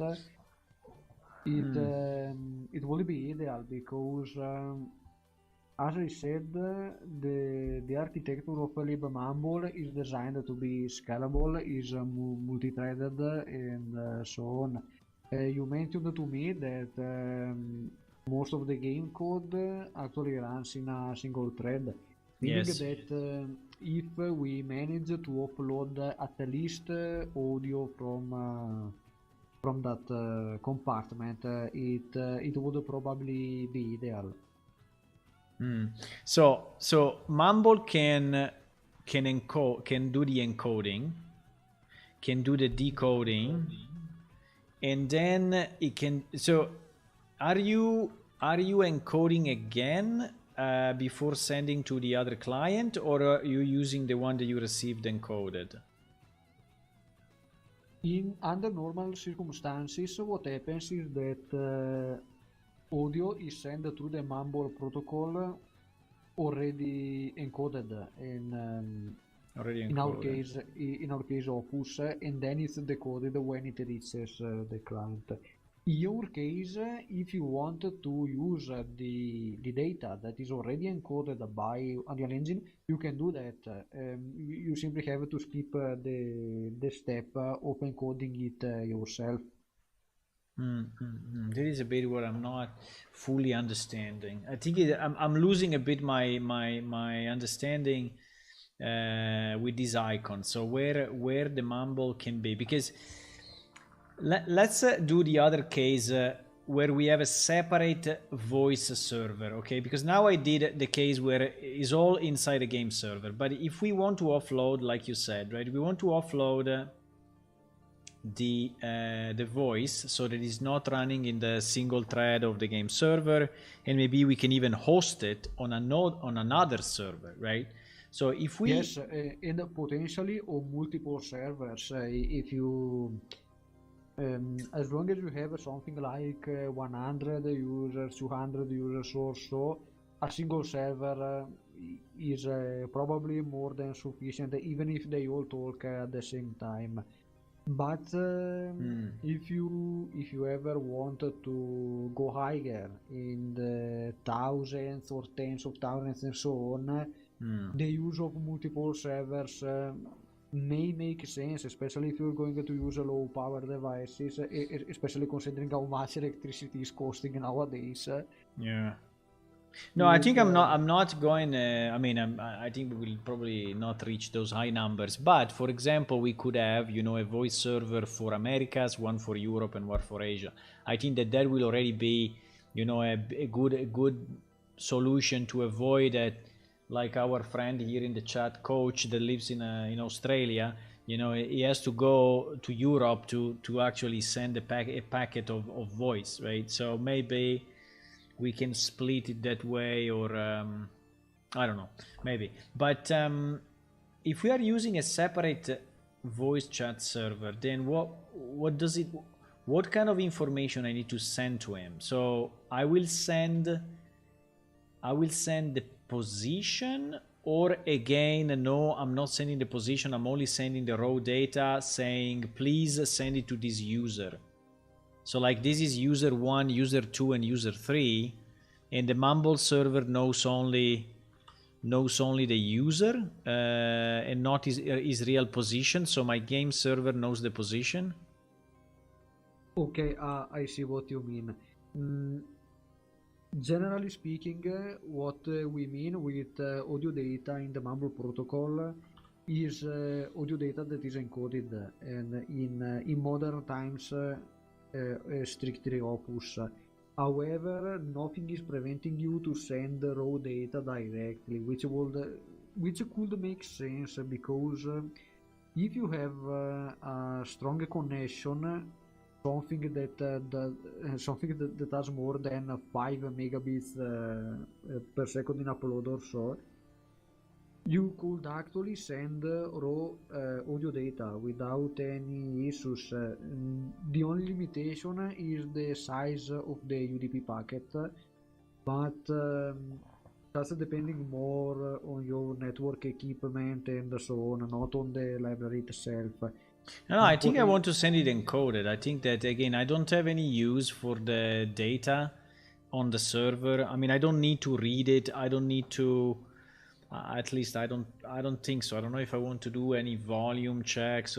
I don't think so. At the moment, I'm excluding it. I think I can just take, the encoded, send it to the other player encoded, and he will decode it and play it audio. I think I don't need to use it raw for anything. At least I don't know. There is something to say that since we don't have end-to-end encryption, even if you encode audio data, you can always decode it at server side without any issues, and then encode it again once you performed your processing. The reason for sending raw audio data would be for higher audio quality. There are no other advantages whatsoever. And the reason why for VoIP chat programs you never see uncompressed audio is because mainly for bandwidth reasons. I understand. And in addition to that, also to lower latency, because if you are in a local network or if you have fiber optics and so on, you don't care because the bandwidth is so high that even if you are doing other stuff in the meantime, you don't care about occupying something like even 10 megabits per second or 15 to megabits per second Yeah, and they so understand. on. Yeah. It's to put it into perspective, it's like comparing a wave audio file uncompressed to an MP3, something like that, or if we wanted to be more accurate, to an OGG, which is the sorry, not OGG, .opus, which is the format container for Opus. Okay, but so if we want to have a separate voice chat server, right? I don't understand what this will be technologically. Will be a Mumble server where I need to, and then I need to embed a piece of the Mumble client into my clients, or yes, that's exactly how you will do it. So I will have a piece of a Mumble client inside my client, but wait. I think we can use the microphone input from Unreal. No, why we should? Yes, yes, indeed, because consider that libmumble doesn't provide you a way to acquire audio input from your operating system or to actually play it back. That's actually the job of another library that I'm working on. It's still in early stages. But in your case, just use Unreal Engine. That way you can also integrate it with its own settings, for example. Exactly. The volume yes, or yes, yes, indeed. Okay, so so what we are saying is that the microphone input 100% will be Unreal, right? So we don't care about doing it differently. From the microphone, I will have to embed a piece of a Mumble client into my client that is capable of reading this raw data, right? So I need to provide you meaning Mumble, the raw data, and you will take then the raw data and encode it, and then you will send it to your Mumble server. Let's say there is a separate Mumble server, okay?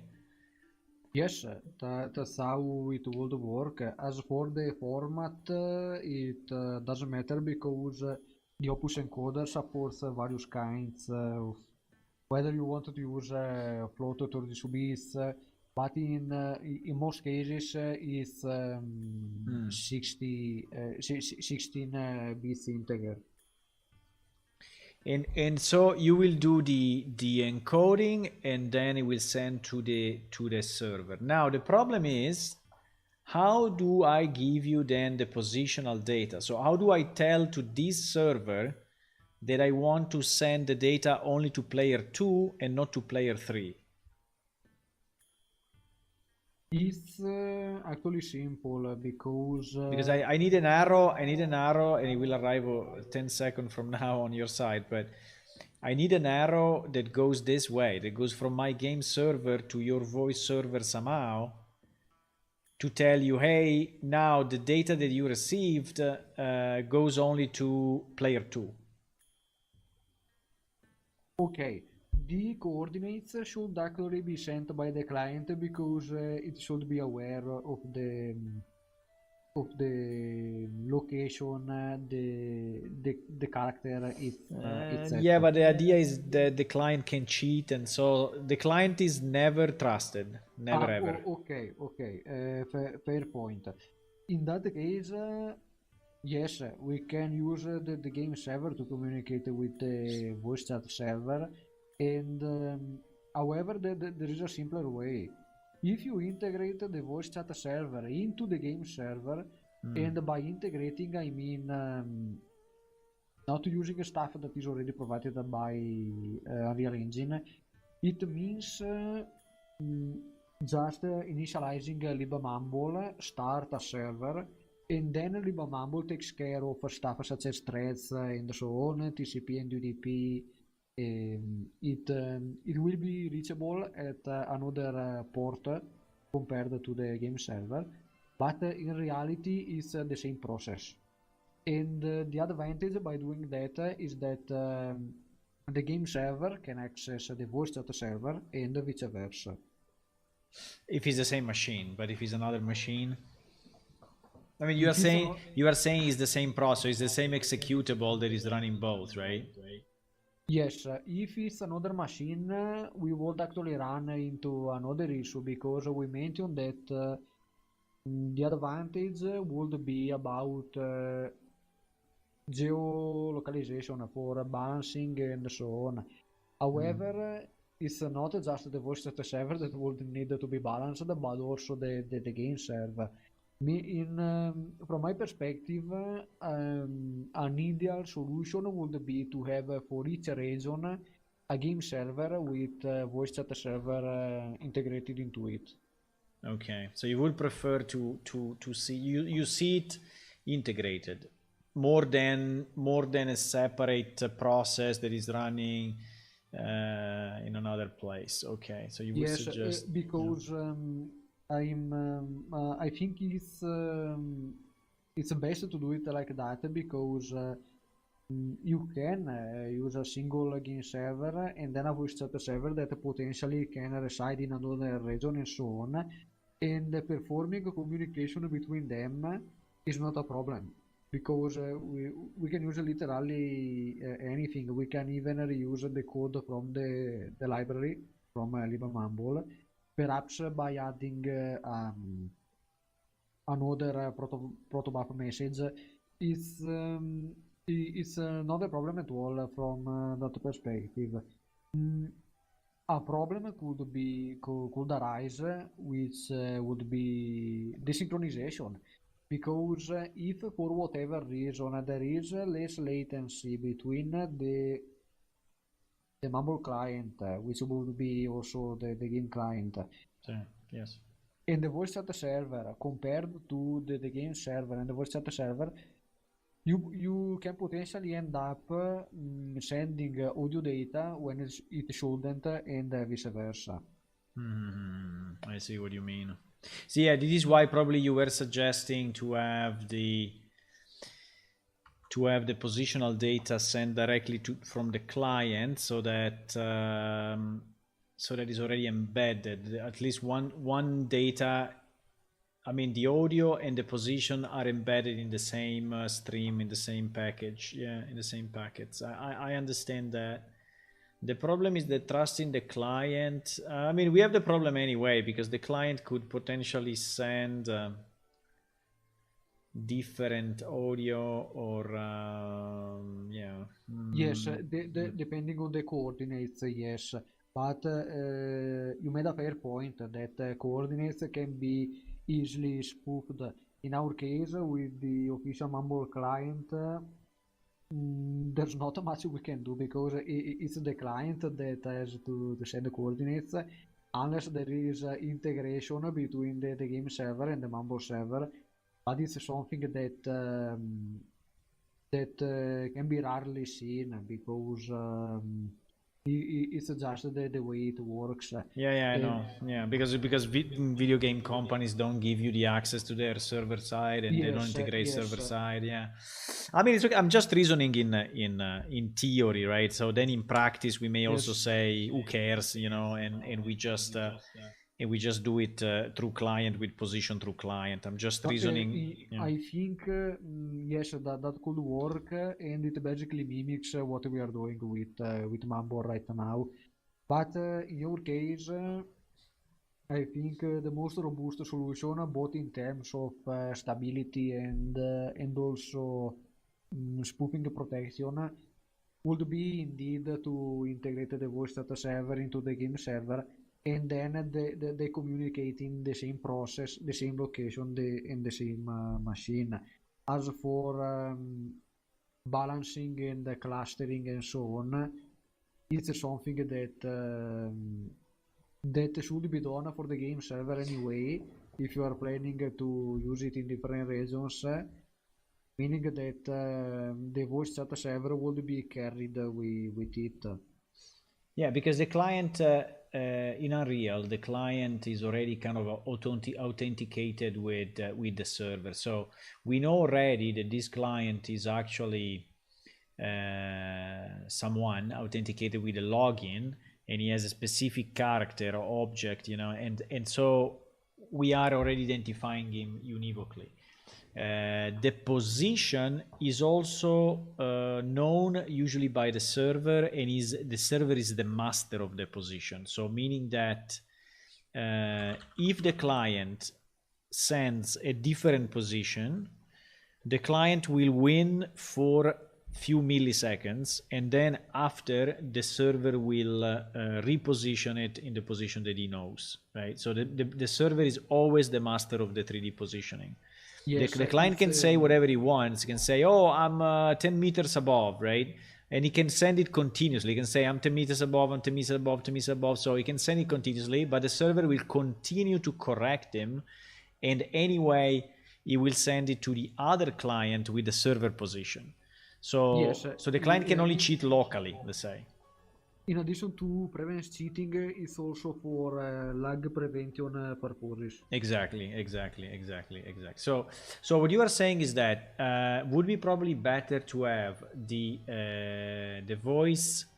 So if I change a bit the schema, right, and we move it a bit to the right, to have actually the Mumble client integrated into the Unreal Engine client somehow, and to have the voice server integrated into the game server so that they can speak. Now the position is the piece that well, at that point I don't even need to send you the position, because at that point I can send to the voice chat directly the list of players, right, that I want to send the information to. Yes, indeed. And in addition to that, you could also manipulate the voice data server side and set the output position based on that.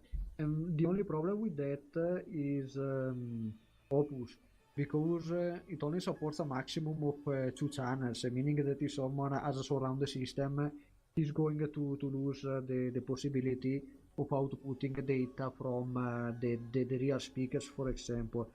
For that reason, I think DSP should always be performed client side.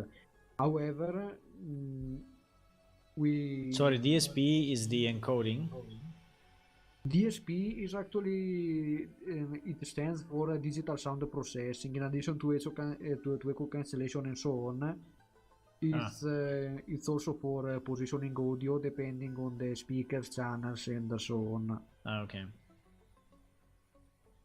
And it's what I was referring to when I said that Mumble supports 18 channels, because in a standard normal situation, you have as many channels as you want. You can either output voice only from a single channel, from the front stereo speakers, or from the central speaker, which is made specifically for voice.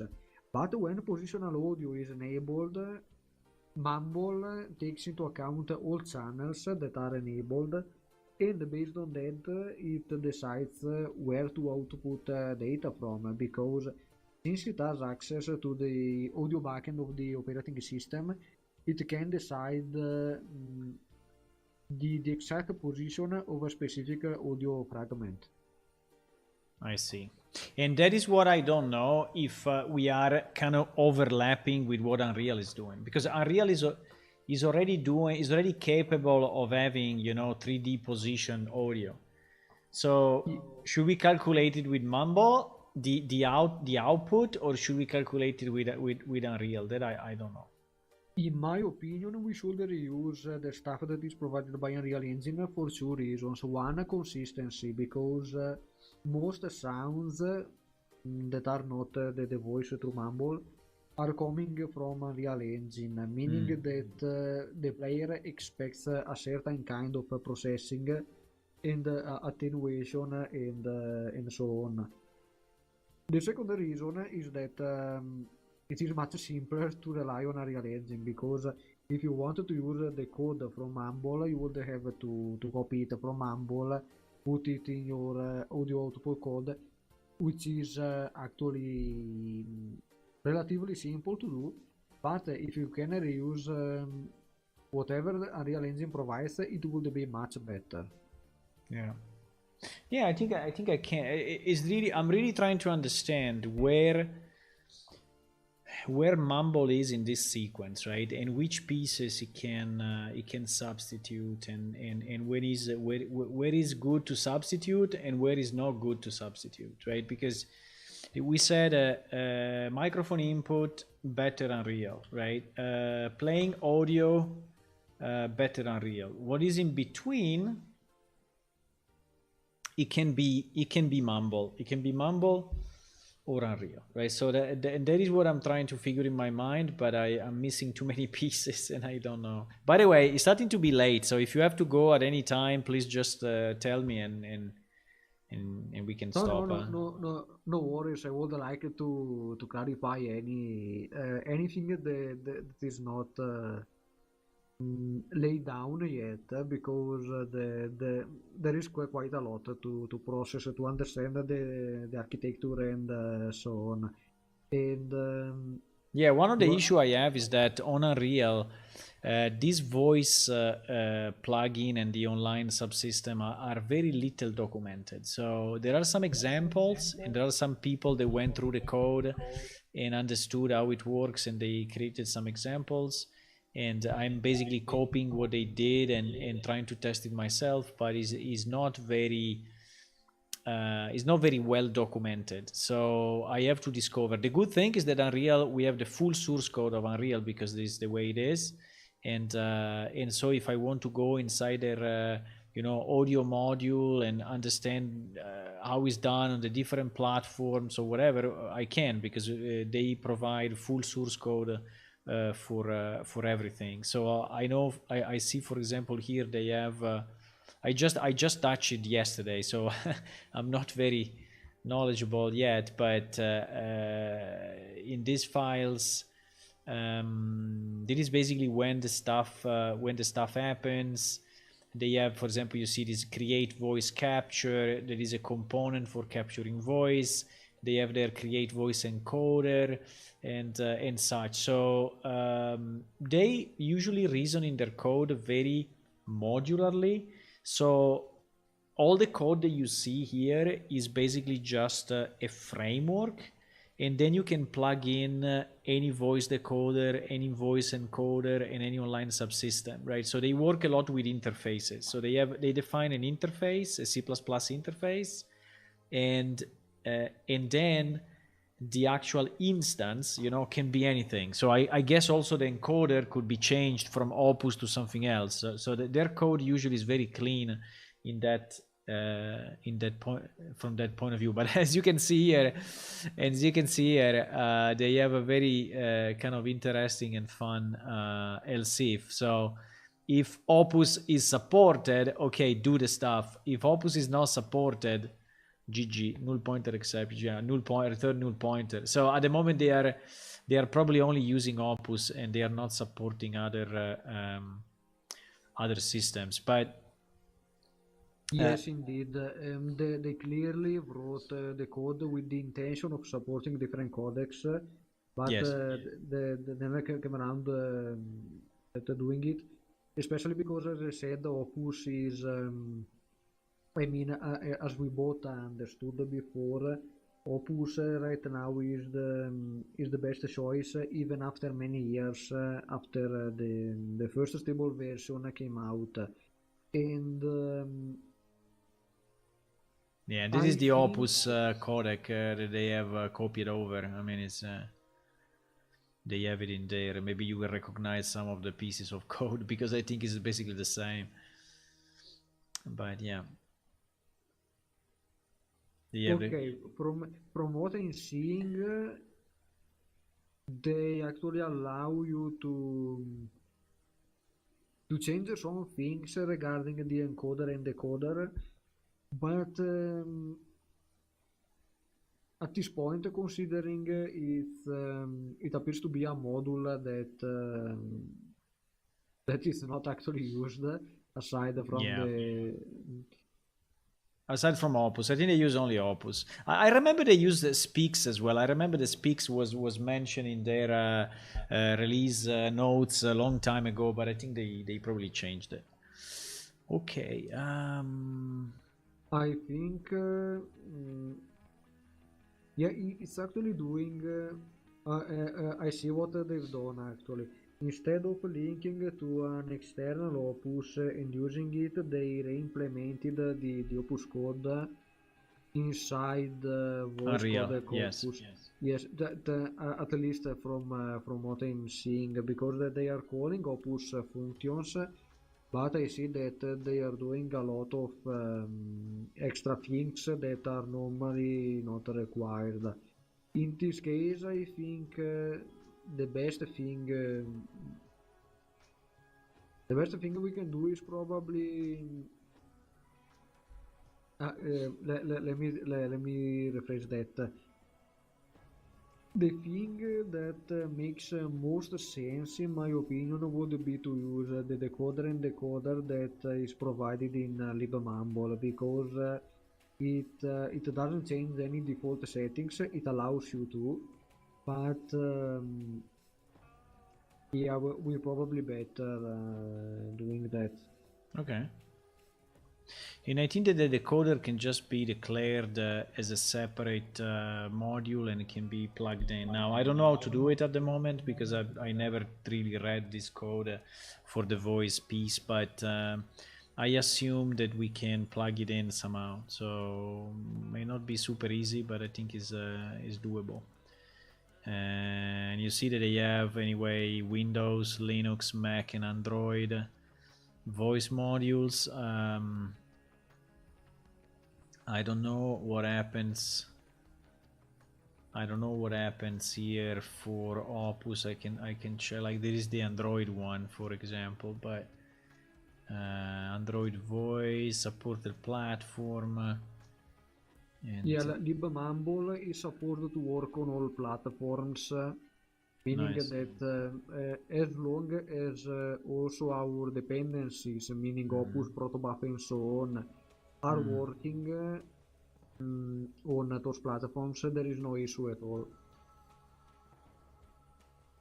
Okay, I don't know what else we want to discuss today. I think we went through a very good overview and we reviewed the different capabilities, you know, of the different systems that there are on the market and the pros and cons and what they allow you to do and then we deep dive into Mumble a bit more and trying to see if and how we can integrate. I really don't know how to move from here, you know, how to move forward. I will think about it. Maybe you can think about it as well. I think that from your point of view, if whatever we do will be generic, you know, and you can say, you know, you can put on the website of Mumble tomorrow like Unreal Engine compatible, I think would be great, right? So that you can say that you have a way to integrate with Unreal. Maybe it will Yes, attract even if more people.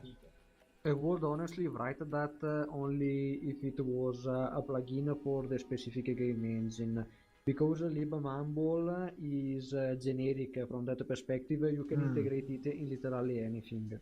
Okay. So you prefer to keep it generic than specific to one engine. Okay. Yes, that's basically how it is. If then in the future we want to create a plugin for specific game engines, it's not an issue, but the base libmumble is supposed to be compatible To be with generic and anything. compatible. I see. Yes, Yeah, I understand. Yeah. and at the end, from what we gathered, what happens in your drawing is that voice data is basically out of band compared to game data. Out of band not because it's going to a different machine, but out of band because it's going externally to a real engine. Yeah.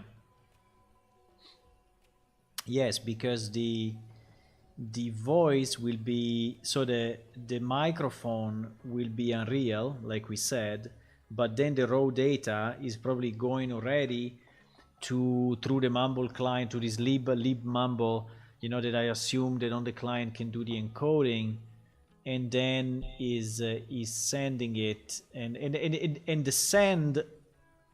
the sending it is what I don't understand yet fully. So if sending should be through the Unreal Engine subsystem because it's already capable of sending it, or if sending it should be done from the Mumble client to the voice server. But on that particular port, you said there is another UDP port where he can listen to, and then when he reaches that point, we need the game server to say, okay, that player said ciao, and that ciao can go to these two players because I know the position, right? I know the position of the players, and so there is basically an exchange, between the voice client and the Unreal server, specifically on the position, and uh, then the voice server knows that he has to send to other clients. Yes, and the reason we can do that is because we are using a single authentication system. Because what should happen is that the client, the game client, authenticates to the game server. Once that succeeds, then the Mumble client connects to the voice chat server. Perhaps we can authenticate it through a token generated on the moment and so on. But as I said, thanks to libmumble, you have full flexibility also from that perspective, meaning that yes, you will have a separate TCP port and UDP port, but it can be a huge advantage because you don't have to rely on whatever threading model Unreal Engine uses, and it's also better to have separate things in terms of to separate between a voice and game data. I think it is because I don't know how much bandwidth he's using. I read that he's using between 20 kilobyte per second up to 40 kilobyte per second, uh, and I don't know exactly how that scales based on the usage. I mean, how frequently people are speaking, I have no idea. So I don't know on average, you know, how much that is going to be used, but. Yeah, so what I'm changing the scheme a bit to say that okay, there is an interaction between the game server and the voice chat server for the position, and then here at the top there can be the raw data, the raw voice data, right? That is sent between the client and the Mumble client somehow, and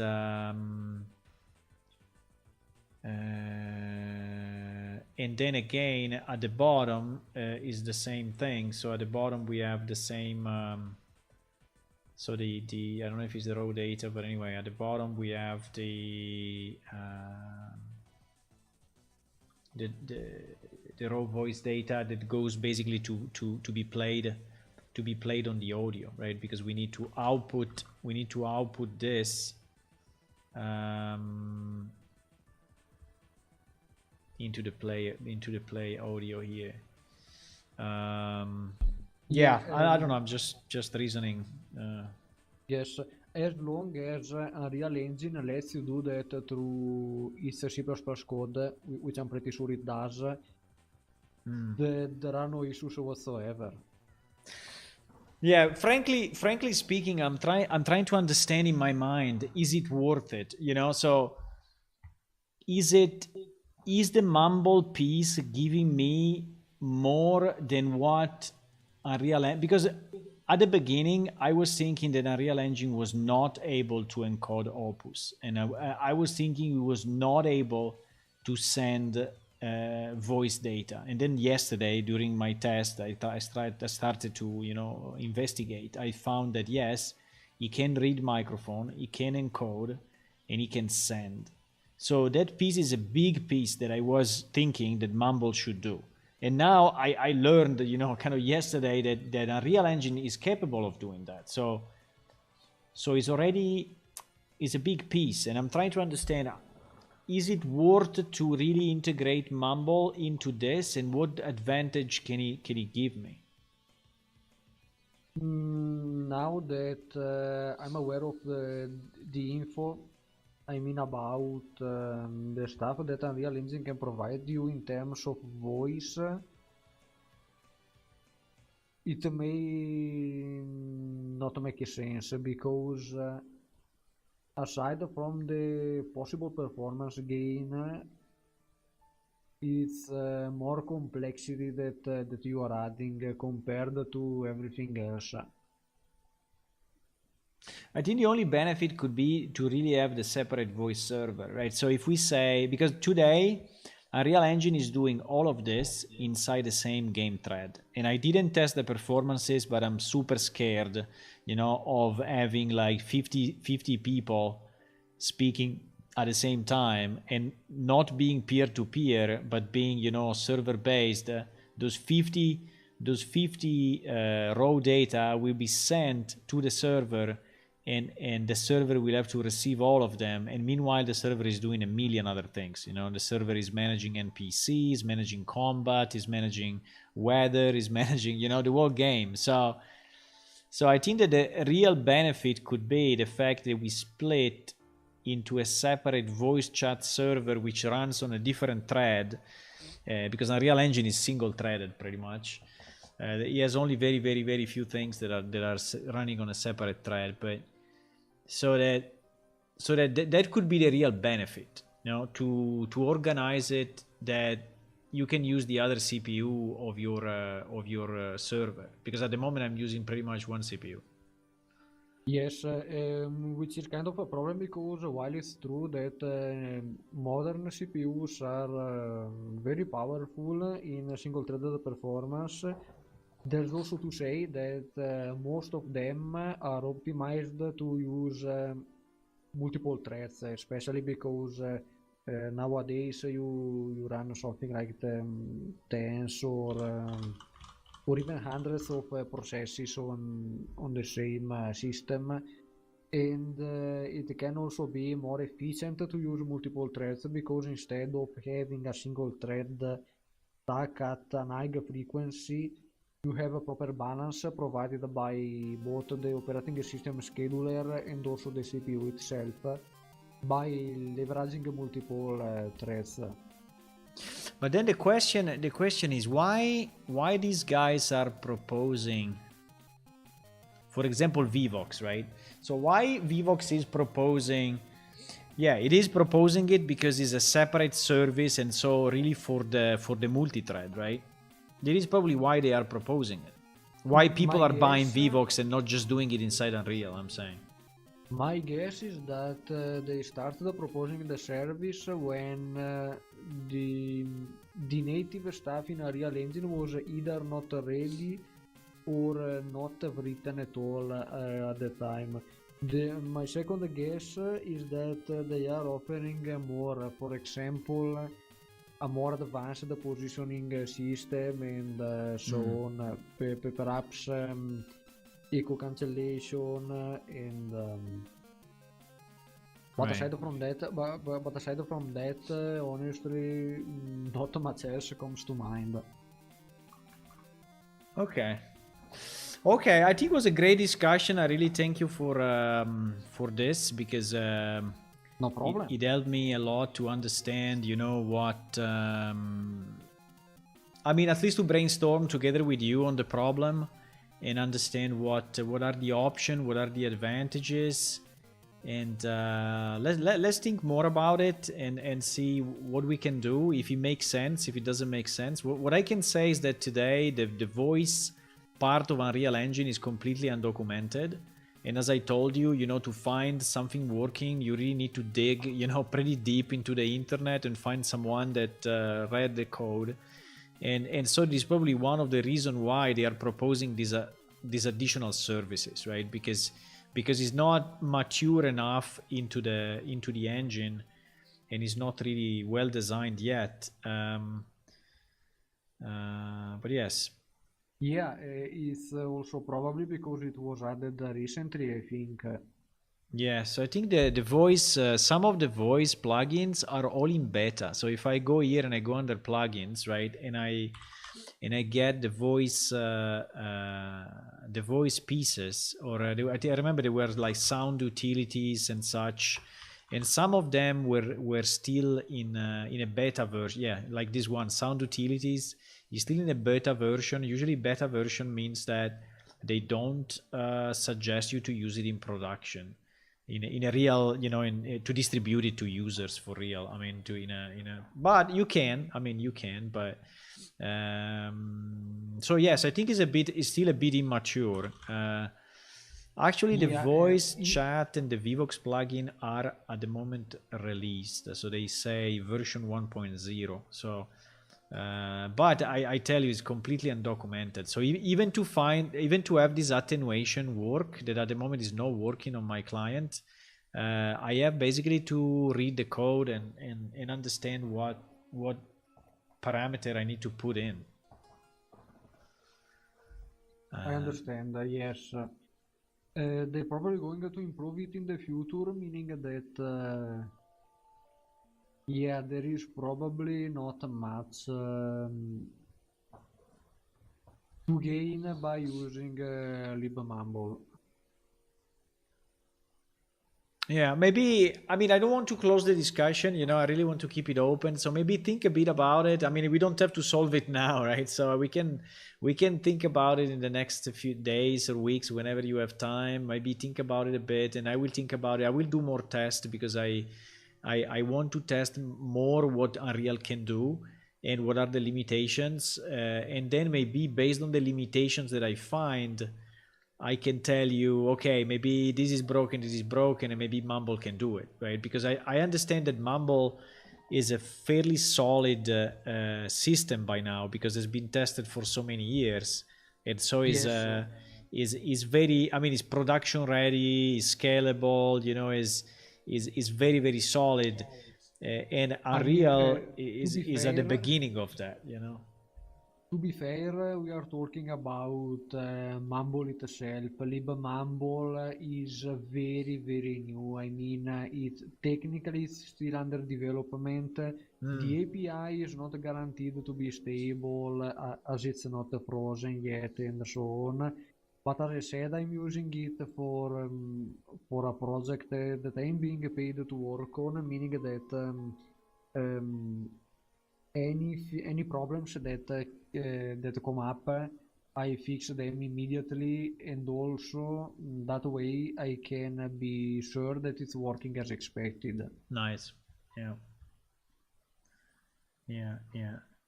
And it is lib. Last question, then I really also have to go, and I also want to leave you to your night.